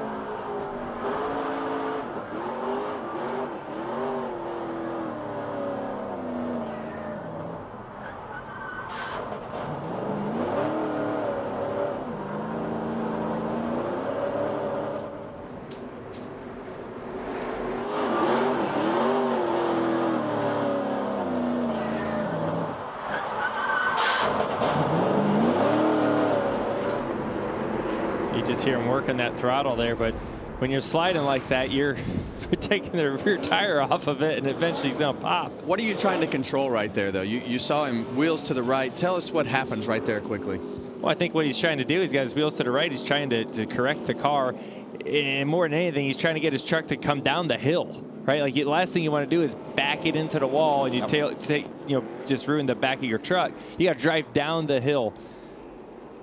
All right, 43 laps to go. Carson? Yeah, guys, Grant Enfinger constantly keeps working on that hot rod of his. Currently 7th, but can't seem to get it off the right rear. Jeff Stakowitz going to go 3 pounds up in the right front inner liner, but the Ross Chastain 44 machine actually went down on air that last run. They're going to get a little bit of pounds out of the right front because he wore on the right front right off the thing. Austin, what do you got down pit road? Yeah, I got Lane Riggs here looking at this left rear fender. He's got a little bit of damage. They're going to try and get a tug here once they change this left rear tire to fix some of this. He's working on a free entry. Corey Heim obviously doing a master class here at managing his runs. Yeah, there you go. A pole and away he goes. Lane Riggs going to lose 4 or 5 vital positions here on this pit sequence. And Corey Heim easily clears for the lead. Ross Chastain lost 1. We know his truck fires off fast, though. Look at Honeycutt and Hemrick. Big gains on pit road. Yeah, and this is going to be the longest run of the night if it goes green. As these guys get back, they're going to have, 39 or so laps to go, 40 laps to go as they take the green flag. So you're definitely going to have to make your truck last this run. This race just shifted big time, guys. Kyle Larson, one of the biggest threats to win the race. He's now in the back. Ty Majeski, he had one of the fastest trucks. We saw the contact he had at the end of stage 2. All the big guys that were threats to Corey Heim have been having issues. Now Lane Riggs, even he loses a few spots in the sequence of pit road. So if I'm Corey Heim, I'm really liking how this race is looking for me right now. Well, I enjoy watching these truck races, but what I'm really looking forward to is racing on Sunday. The NASCAR Cup Series heats up in the Sunshine State, where the best drivers in the world, that's me and you, Brad, battle it out at Homestead, Miami. The pre-race begins at 1:30 Eastern with the green flag flying at 3 o'clock, only on FS1. Look at that. That was fantastic. Absolutely fantastic. I thought it was great. I'm excited about racing here. This truck race tonight, it looks like so much fun. These guys are having a good old time. I want to be out there. Is this top of your list favorite? Where does this place rank? I think it's up there. You know how it is. You like the tracks you win at. Yep. I've only won 1 here. So, it's okay. It was a good one, though. Yeah, it was a good one to win. Yeah, it was worth it. I put it in my top 10. I love coming here to South Florida. This is one of the best races to me as a fan to come to. You beautiful Miami, beautiful Florida weather, great action on the racetrack, and being able to watch all 3 series on one weekend makes it a very special race weekend. Always one of my favorites to drive. We didn't win here enough either, but still one of the right ones. Yeah, the most important one you won, right? That's right. Well, here we see Lane Riggs. Oh, Caden Honeycutt dropping to the rear. I don't know what happened there. Vehicle interference. Oh. Wow. Yeah. He hit the 19 tire carrier. That's interesting. Can't do that. Hope maybe we'll get a replay of that one. Lots of rules in NASCAR. You got to make sure you get them all right, or this is what happens. They send you to the back. It's a real complicated sport when you think about there's a lot of different rules. There's a lot of different parts and pieces. A lot for everyone to keep track of. Yeah, and we've seen this choose become a pretty big deal as that outside lane just doesn't really get going. But we've seen, the leader Corey Heim take off. Heim has now led the most laps in 6 straight mile-and-a-half races, breaking the Truck Series record.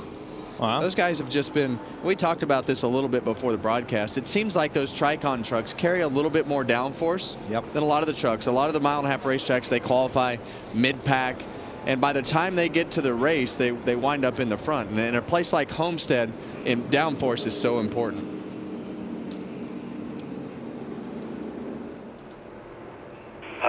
Such bullshit, dude. 2nd week in a row, something like that.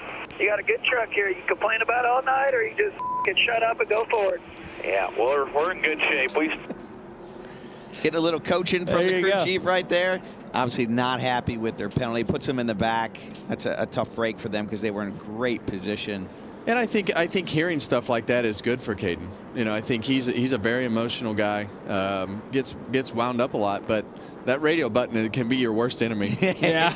I found that out a lot. Don't forget that radio button is terrible. I wish that thing didn't work. The team has one too. They can talk back to you. Yes. Yeah. The big winner in that penalty was Ross Chastain. He's now P3.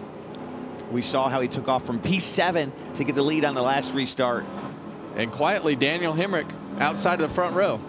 His pit crew has been on fire for him. 40 laps to go. Longest run of the night coming up if we can make it all the way to the end. Green flag.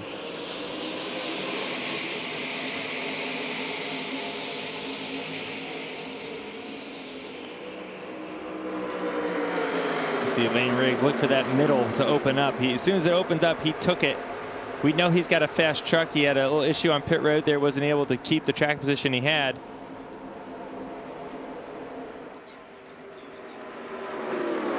Ross Chastain's at the top of the racetrack, and Corey Heim's going to dive to the bottom, and look at Ross go. Yeah, and in this scenario, you know that Ross Chastain, how fast he was the last run. I mean, you just let him go. You know you're going to be better than him on the long run. Yeah, you don't want to let him get too far out there to where you can't catch him, though, either.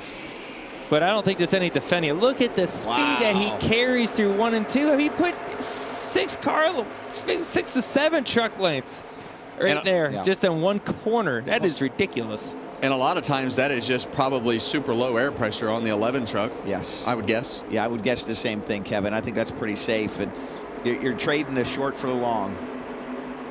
And that's the game here right now. Looks like let's see a replay of this 1945 pit incident here on pit road.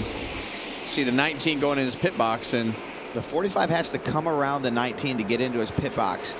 And he must be brushing. Oh, there you go. He's going to hit that tire just barely. Yep. And that's a penalty. And those marks on the pit road in the stalls to try to protect the tire changers out there when their backs are to race trucks. And you don't want their heels to get clipped by a race truck. So that line is there to protect the pit crew members. And that's a really difficult situation when you're pitted like that, and the guy in the pit stall behind you pits before you. Just difficult to go around to navigate, absolutely, and navigate that situation. So 2 fast race trucks in this picture right here. Ty Majeski, Kyle Larson, the 2 of them trying to battle their way back through the field from going to the back, right? Larson had his issues when he just spun out. Majeski had his issues on pit road where he got his left front fender knocked in. Both fast, both, I don't know, can get to the front in 35 laps. Racing with Stephen Parsons here. P15, that's a long ways to get to the front. See Grant Enfinger go down and looked like he touched the door of Chandler Smith right there trying to get the side draft. I don't know if he's frustrated or just misjudged that. Lane Riggs besides Daniel Hemrick trying to claw back that track position he lost, fixing the damage from the contact he had with Kyle Larson. Yeah.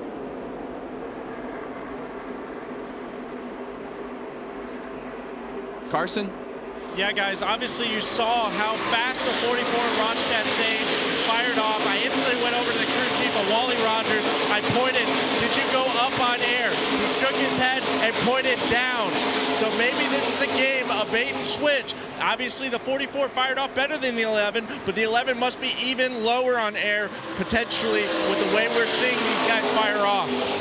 That's some good reporting, Carson. Yes. Because we were all wondering up here too. The big question, we're going to all see it play out in real time here. Can Ross Chastain's truck hold on for a 40-lap run, or will Corey Heim come back and get 2 stages and the win today? Well, we've seen, you know, the last restart where Ross got the lead and he drove away for maybe 8 to 10 laps before we've seen him start to get, you know, everyone start to catch him and pass him. It seems like Heim's already keeping up with them at this point. So is he going to, you know, a 0.6 of a second of gap right now from first to second. Is he going to be able to close that? I'm not sure. Austin, you got something on the 19? Yeah, we're talking about long versus short run. Hemrick's obviously come up through the field in the 19 truck there. And he said earlier that it wasn't good on short runs. Needs lots of green flag running tonight. So this could be the longest run of the race. So could be a great opportunity for Hemrick to get a good run tonight. I love this move Lane Riggs just made into turn 1 and 2. Just ship that truck down into the corner, all the way up against the wall. That takes guts to do. Just almost clear him into the corner. but not quite, as they're still 3 wide. Lane Riggs has clawed himself back into the top 3 now, as Corey Heim has caught our leader, Ross Chastain. And this is basically what we saw the last run. Like you guys said, that short amount of laps, and Heim just takes over. Well, you won't miss anything. Corey Heim takes the lead from Ross Chastain, and we'll be right back to see if he can close it out.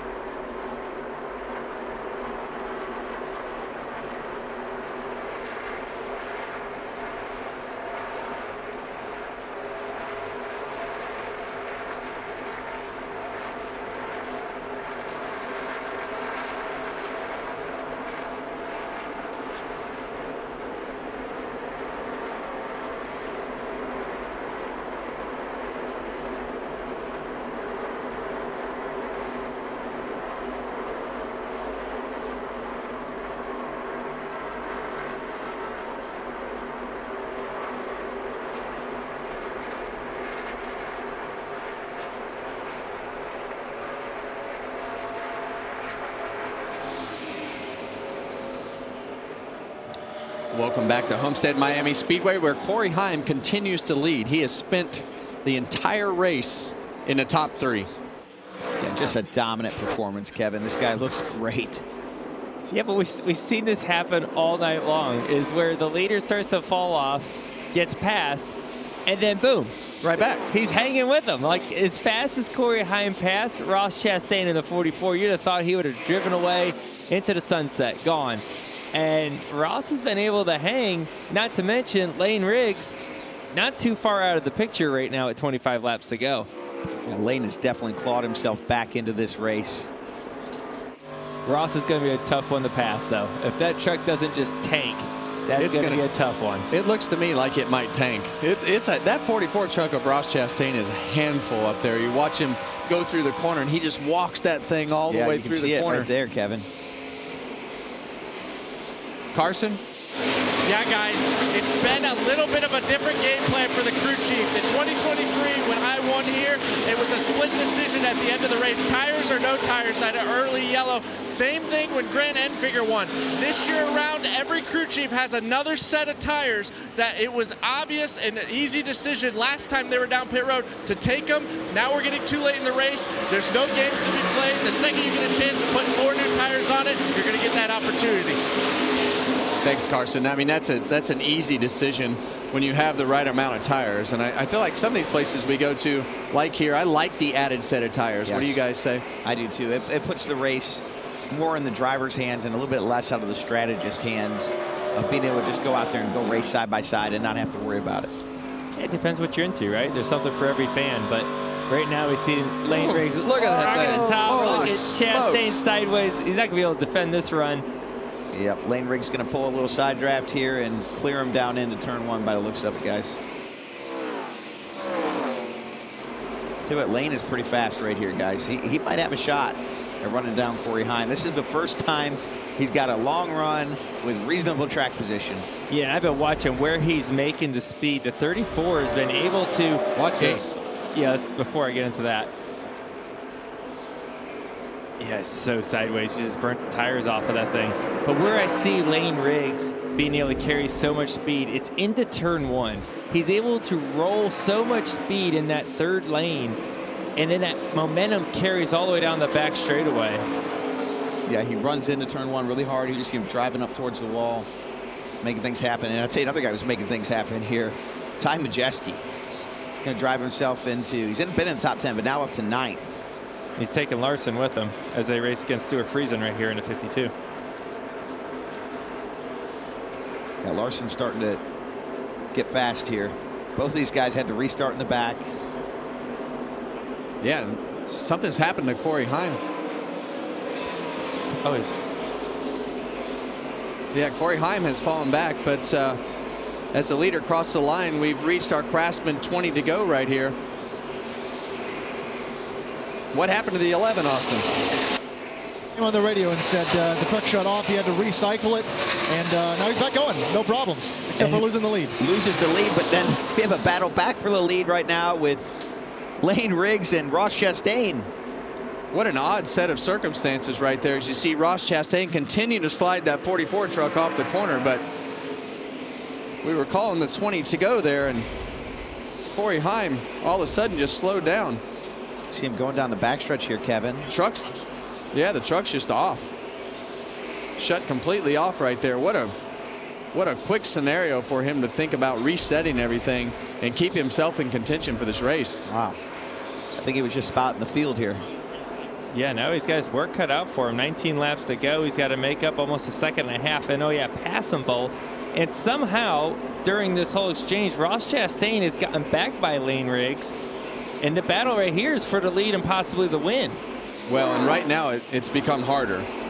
We all know how good at the defense side of things that Ross Chastain is and how difficult he can make it on guys to pass him. And now every lap that ticks by, it's going to get harder and harder and harder for Lane Riggs to get by Ross Chastain. But it's not going to take much of a slip up from Chastain because that truck is on the edge of out of control the whole way around the racetrack. Yes, it is. It had been really free, and he's moved up a little tighter to the He's wall. pushing hard, trying to get back here. He's been holding the white line, very bottom, 1 and 2. Top seam, 3 and 4. Here's spotter Josh Williams talking to his driver, Lane Riggs.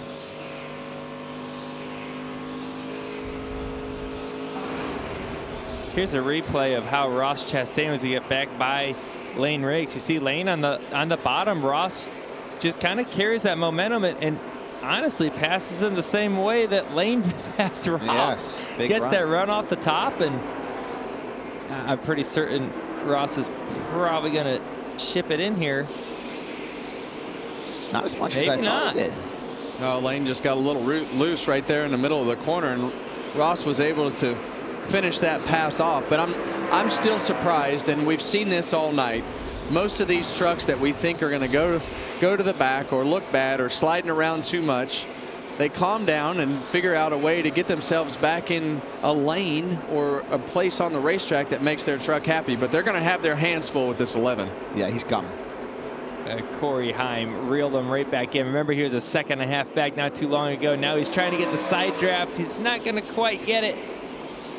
Did it shut off again? It did. It did. You heard it down the front stretch. You can see it now. Look how much room he lost. And I think he got it back going again. He's getting better at cycling whatever he's needing to cycle here. Shuts off on me. I don't know what to do. That's up or something. Just keep cycling it. Turn it back on. It is what it is. He definitely didn't lose as much that time. He caught it quicker. And he keeps himself right in contention. He still might get the pass done this lap. That is amazing. That truck has so much speed, and it shut off again right there. Oh, that's so frustrating for him. And it never happens on a day when the thing's running 25th. Oh. Well, that thing doesn't run 25th, Kevin. That thing's always up front. Yeah, good point. Good point. Fair point, Joey. It never happens when he's running 10th. Yeah, there you go.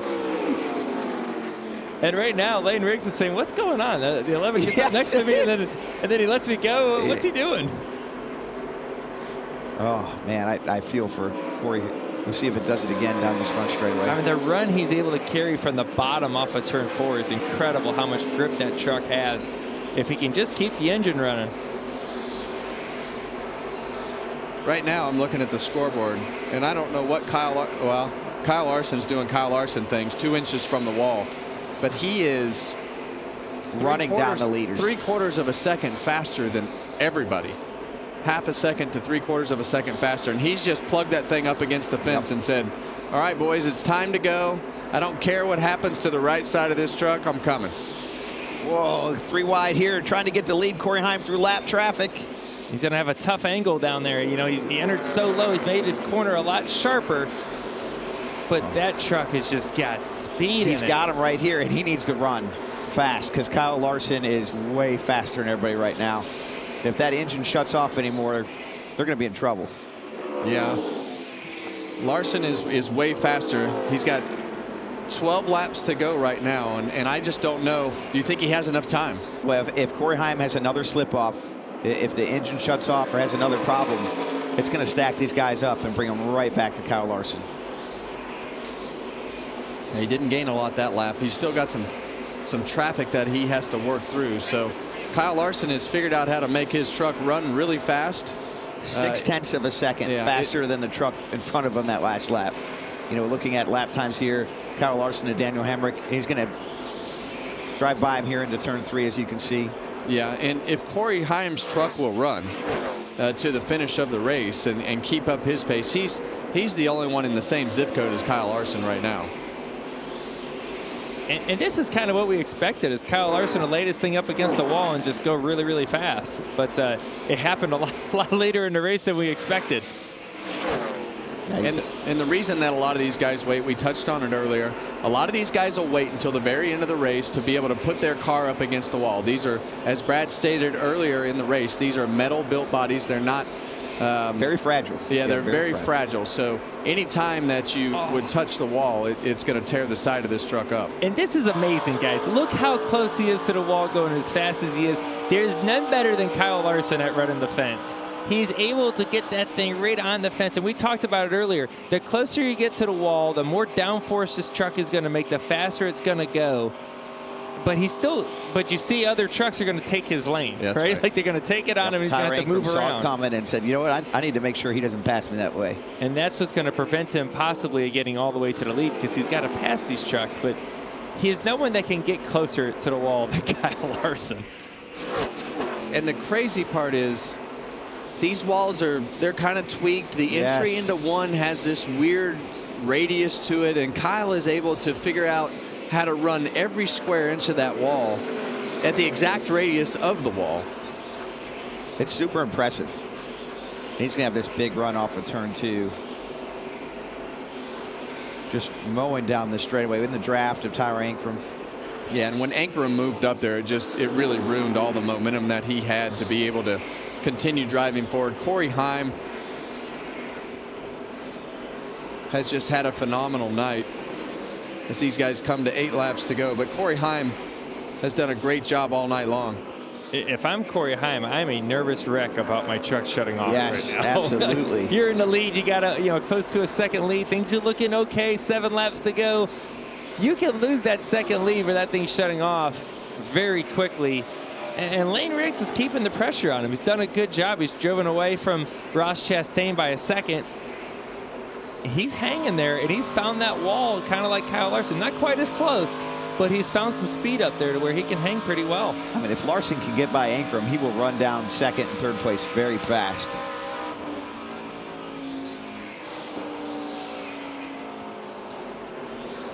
It looks like he might have him right here, Joey. Yeah. Maybe not. The line side drive from here, back inside here, tight. Yeah, and right now, I mean, he's going to come up a few laps short, even if he gets back to his rate of speed. His only hope is to see that 11 truck of Corey Heim shut off. He's going to run down Ross Chastain fairly easy. Yeah, he's got him almost right now.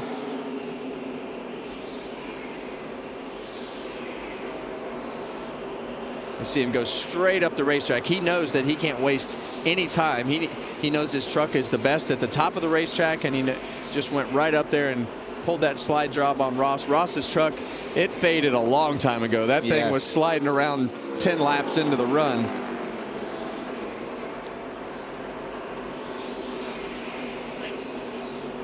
Yeah, he's pretty far back as we hit the 4 to go. I don't believe he can catch him from where he's at now.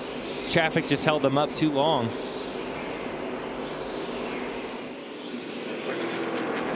Heim's it's 11. Oh, that's exactly what Larson needed, and Lane Riggs is going to take that. Oh, what a gift. Again. We're coming back, 3 to go. And what I say, I'd be so nervous about my truck shutting off. It just shut off again on him. He loses second place. Well, now it's going to be a race. Oh, yeah. Larson is only about a second behind, second and a half behind Lane Riggs, and he's probably a half a second a lap faster this last lap. 3 laps to go. Kyle Larson running down Lane Riggs. The 11 truck of Corey Heim has dominated this race all night long. He's had a lot of trouble with his truck shutting off randomly and just absolutely dominated this race. But look at that stat. Passed for the win in the last 2 mile-and-a-half races. And Larson is coming. I mean, he is going to be there. This is going to be Look how fast he's coming. And Corey Heim's back in this mix as well. They get racing side by side. Corey Heim's going to be able to take advantage of that possibly. Half 2 laps to go. That last lap. Wow. And here he goes down to the bottom into turn 1. He's going to try to slide him. Now is the run that Lane Riggs is going to be able to carry from the top. He's going to try to cross him back over down the back straightaway, but boy. Kyle Larson was 3 seconds behind the leaders just 2 or 3 laps ago. And now he's in the lead coming to the white flag. What a wild finish to this race. And there's Corey Heim on the bottom there. His truck's running, but he's got to pass both of them here, and I don't see him passing Kyle Larson for sure. Well, Kyle Larson's coming to the white flag. So the next flag will end the race. Corey Heim has absolutely dominated this race. Kyle Larson, the leader of the race currently, spun out to bring the caution out here in stage 3. We all thought that Kyle Larson would be one of the dominant trucks tonight. He's not rarely challenged on a racetrack like this when you can run up against the wall at Homestead. We thought he would be in contention to win, and tonight Kyle Larson stays with it and finds himself going to victory lane in the NASCAR Craftsman Truck Series at Homestead Speedway. What a night. Wow, restarted 22nd with less than 40 laps to go. That's awesome. And the last half a dozen laps, he was almost a second a lap faster. Just blew their doors off. Well, I can promise you that none of those guys sitting up on that pit box. Awesome. Great job, Tyler. Way to keep your head on your shoulders there. Really proud of you guys. All you guys down here, awesome work. Great week. Well, this guy's going to be in all 3 races, and then you see Corey Heim right here. That's a tough one to lose. You got to feel for him. Oh man, you know, I don't know if Larson could have beat Corey Heim. It's unfortunate to have mechanical issues like that. Kyle Larson will be in all 3 races this weekend, and everybody here knows that Kyle Larson can do exactly what he just did in every race. I hate to tell you guys that, but I think you already know it. This guy is just so good at this racetrack when it comes to running the fence, and when he finally put that thing up against the wall like that, it was lights out fast. And we've seen this with Kyle Larson at this racetrack, Kevin, so many times. You give him a long run, he's dangerous. Yeah. It's the long run. The short runs, he's beatable. You can beat him on a short run. The long run, though, he gets that top rolling like that, and he's a unstoppable. Marathon runner. Yeah, marathon runner here at Homestead, and you get these long runs. And it's easy to say, like, well, why don't you guys just put it up against the wall and do that? It's not that easy to do. You get up there, it's hard to carry the speed he does that close to the fence without hitting it. And I've said this many times, he's invested a lot of time to get good at running the wall. He gave away a lot of races early in his career, hitting the wall, trying to get good at that. And now he is getting the reward for all that time. Yeah, and I feel like this is one of those places where Kyle Larson, young Kyle Larson back in around 2014 was really recognized. He came here in under Chip Ganassi's stable in the truck race, put on a show, and tonight he did the same thing.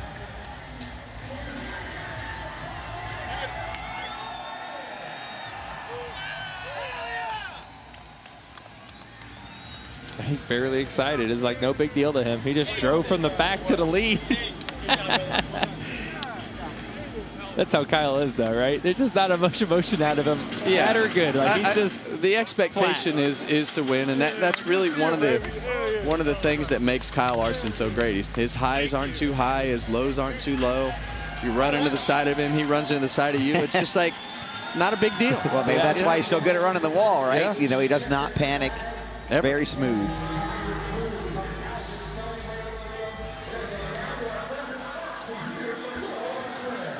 Well, that was Kyle's 4th career win and his 16th start. Let's send it down to Austin. Well, Kyle, none of us are surprised, but we are all very entertained. How's this win stack up? 4th career win in the Truck Series. Yeah, that was pretty unbelievable. From my seat, you know, I wasn't exactly sure if I could get back up there. Didn't have the restart that I wanted. Kind of took a little bit too long to start picking them off, and then just got ripping the wall and both ends. And it was really paying dividends, I think, in 1 and 2 for me, and just staying wound up. I caught some of the guys that were doing just good enough up there where I couldn't, you know, get by and bog my momentum down, but got clear of them. And then I'm not sure what happened to the 11, but that worked out in our favor for sure. I don't think I would have gotten to him. Obviously, I would have gotten to 2nd probably, but it would have been tough to get to him. But that last run was a lot of fun. So thanks to Spire Motorsports, thanks to Rick Hendrick and HendrickCars.com for letting me come have some fun tonight. This was definitely fun. You learned a lot too, I think. So yeah, look forward to the rest of the weekend. Yeah, the question everybody has now, how do we feel about the weekend sweep? I don't know. Got to be guys like you, so that's going to be tough. But I don't know. I felt like the truck race was probably going to be the toughest to win. You know, just I'm not that experienced in them. The runs are typically shorter, and I feel like I need long runs like that last one to get going. So I feel better about Xfinity and Cup, but the competition just gets tougher and tougher as you're getting on in the weekend. So we'll see, but off to a good start, so we'll try. Awesome. Congratulations, Kyle.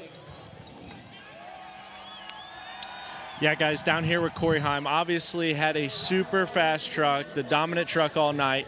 What did you have in the seat to be able to refire? Did you have any warning? But then also to talk about how fast this thing was tonight. Yeah, just about, I don't know, 15, 20 to go.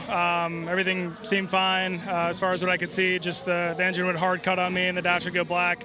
I'd have to pull my right hand over and fully recycle the power to get any sort of life back in the motor. So really don't know what the problem was, to be honest with you, but can't say enough about the Safe Life Tundra Security Pro. Everyone at Shotgun Garage and Toyota did a phenomenal job. Probably the best truck I've ever had, really. So just stings pretty bad, obviously, but nothing I could really do about it. Yeah, well, good run tonight. Obviously super strong. Back to you guys up in the booth. Well, super unfortunate for Corey Heim, as we documented it all night long. He just had the dominant truck and was able to run that thing on the bottom of the racetrack, top of the racetrack, pretty much anywhere he wanted to go. Qualified on a pole, won both stages, and unfortunately, that stat still lives at Homestead. The pole winner and both stages still have not won the truck race here.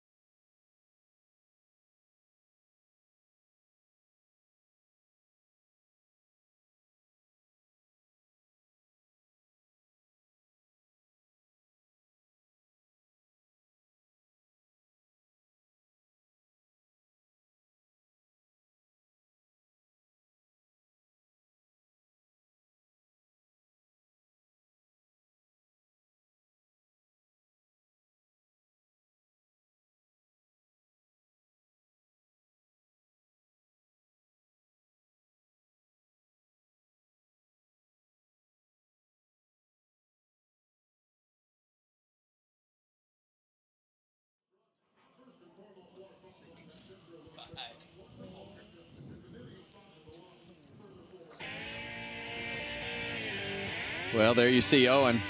He gets a lot of rides in the truck. Trucks, cup cars, you name it. He might get to make a few laps in the victory lane this weekend. So Kyle Larson's going to be hard to beat all weekend, and he got it done tonight in the Truck Series. Carson?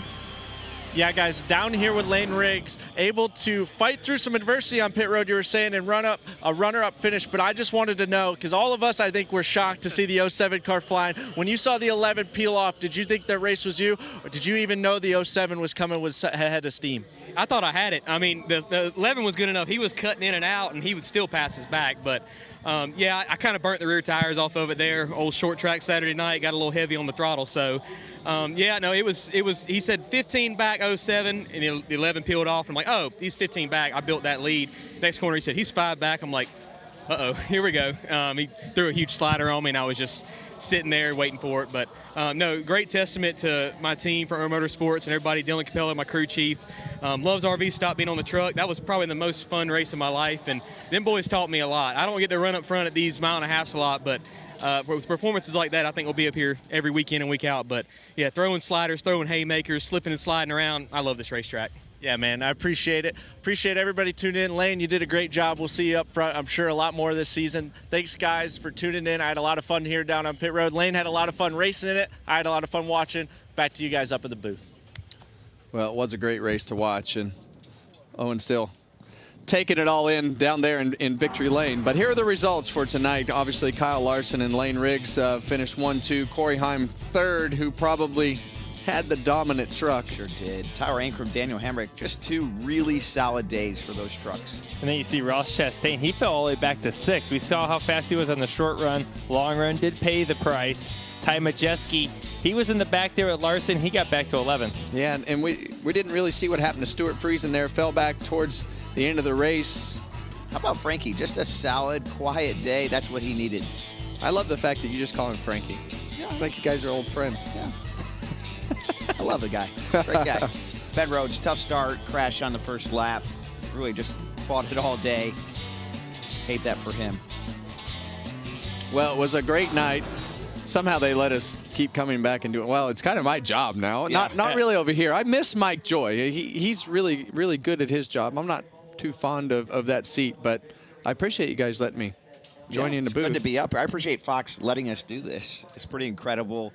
Great racing all throughout the night. So it's actually kind of a great race to cover. I mean, battles across. I really feel for Corey Heim. I do too. I mean, that guy just dominated the race. To have a mechanical issue, take him out of the win. But that's part of racing. That's how it goes. Yes. Yeah, I had a blast. Drivers only is always a good time. You never know what's going to happen.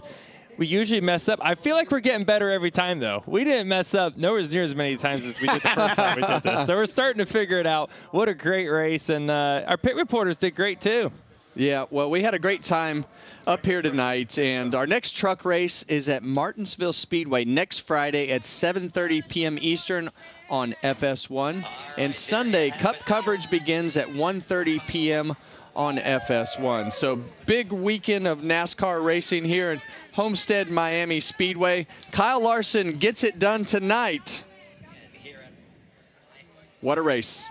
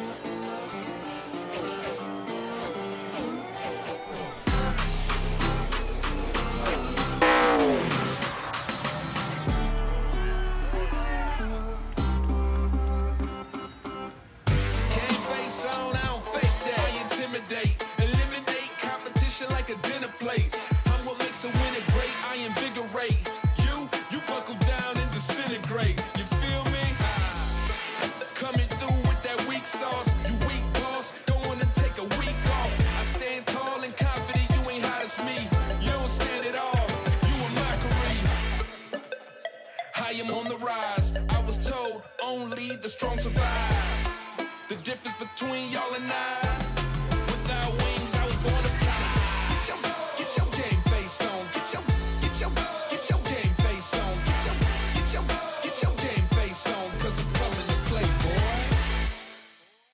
This copyrighted telecast may not be reproduced, retransmitted, or used in any form without the authorized written consent of NASCAR Broadcasting. NASCAR would like to thank all of our fans for your support, and we hope you enjoyed today's broadcast.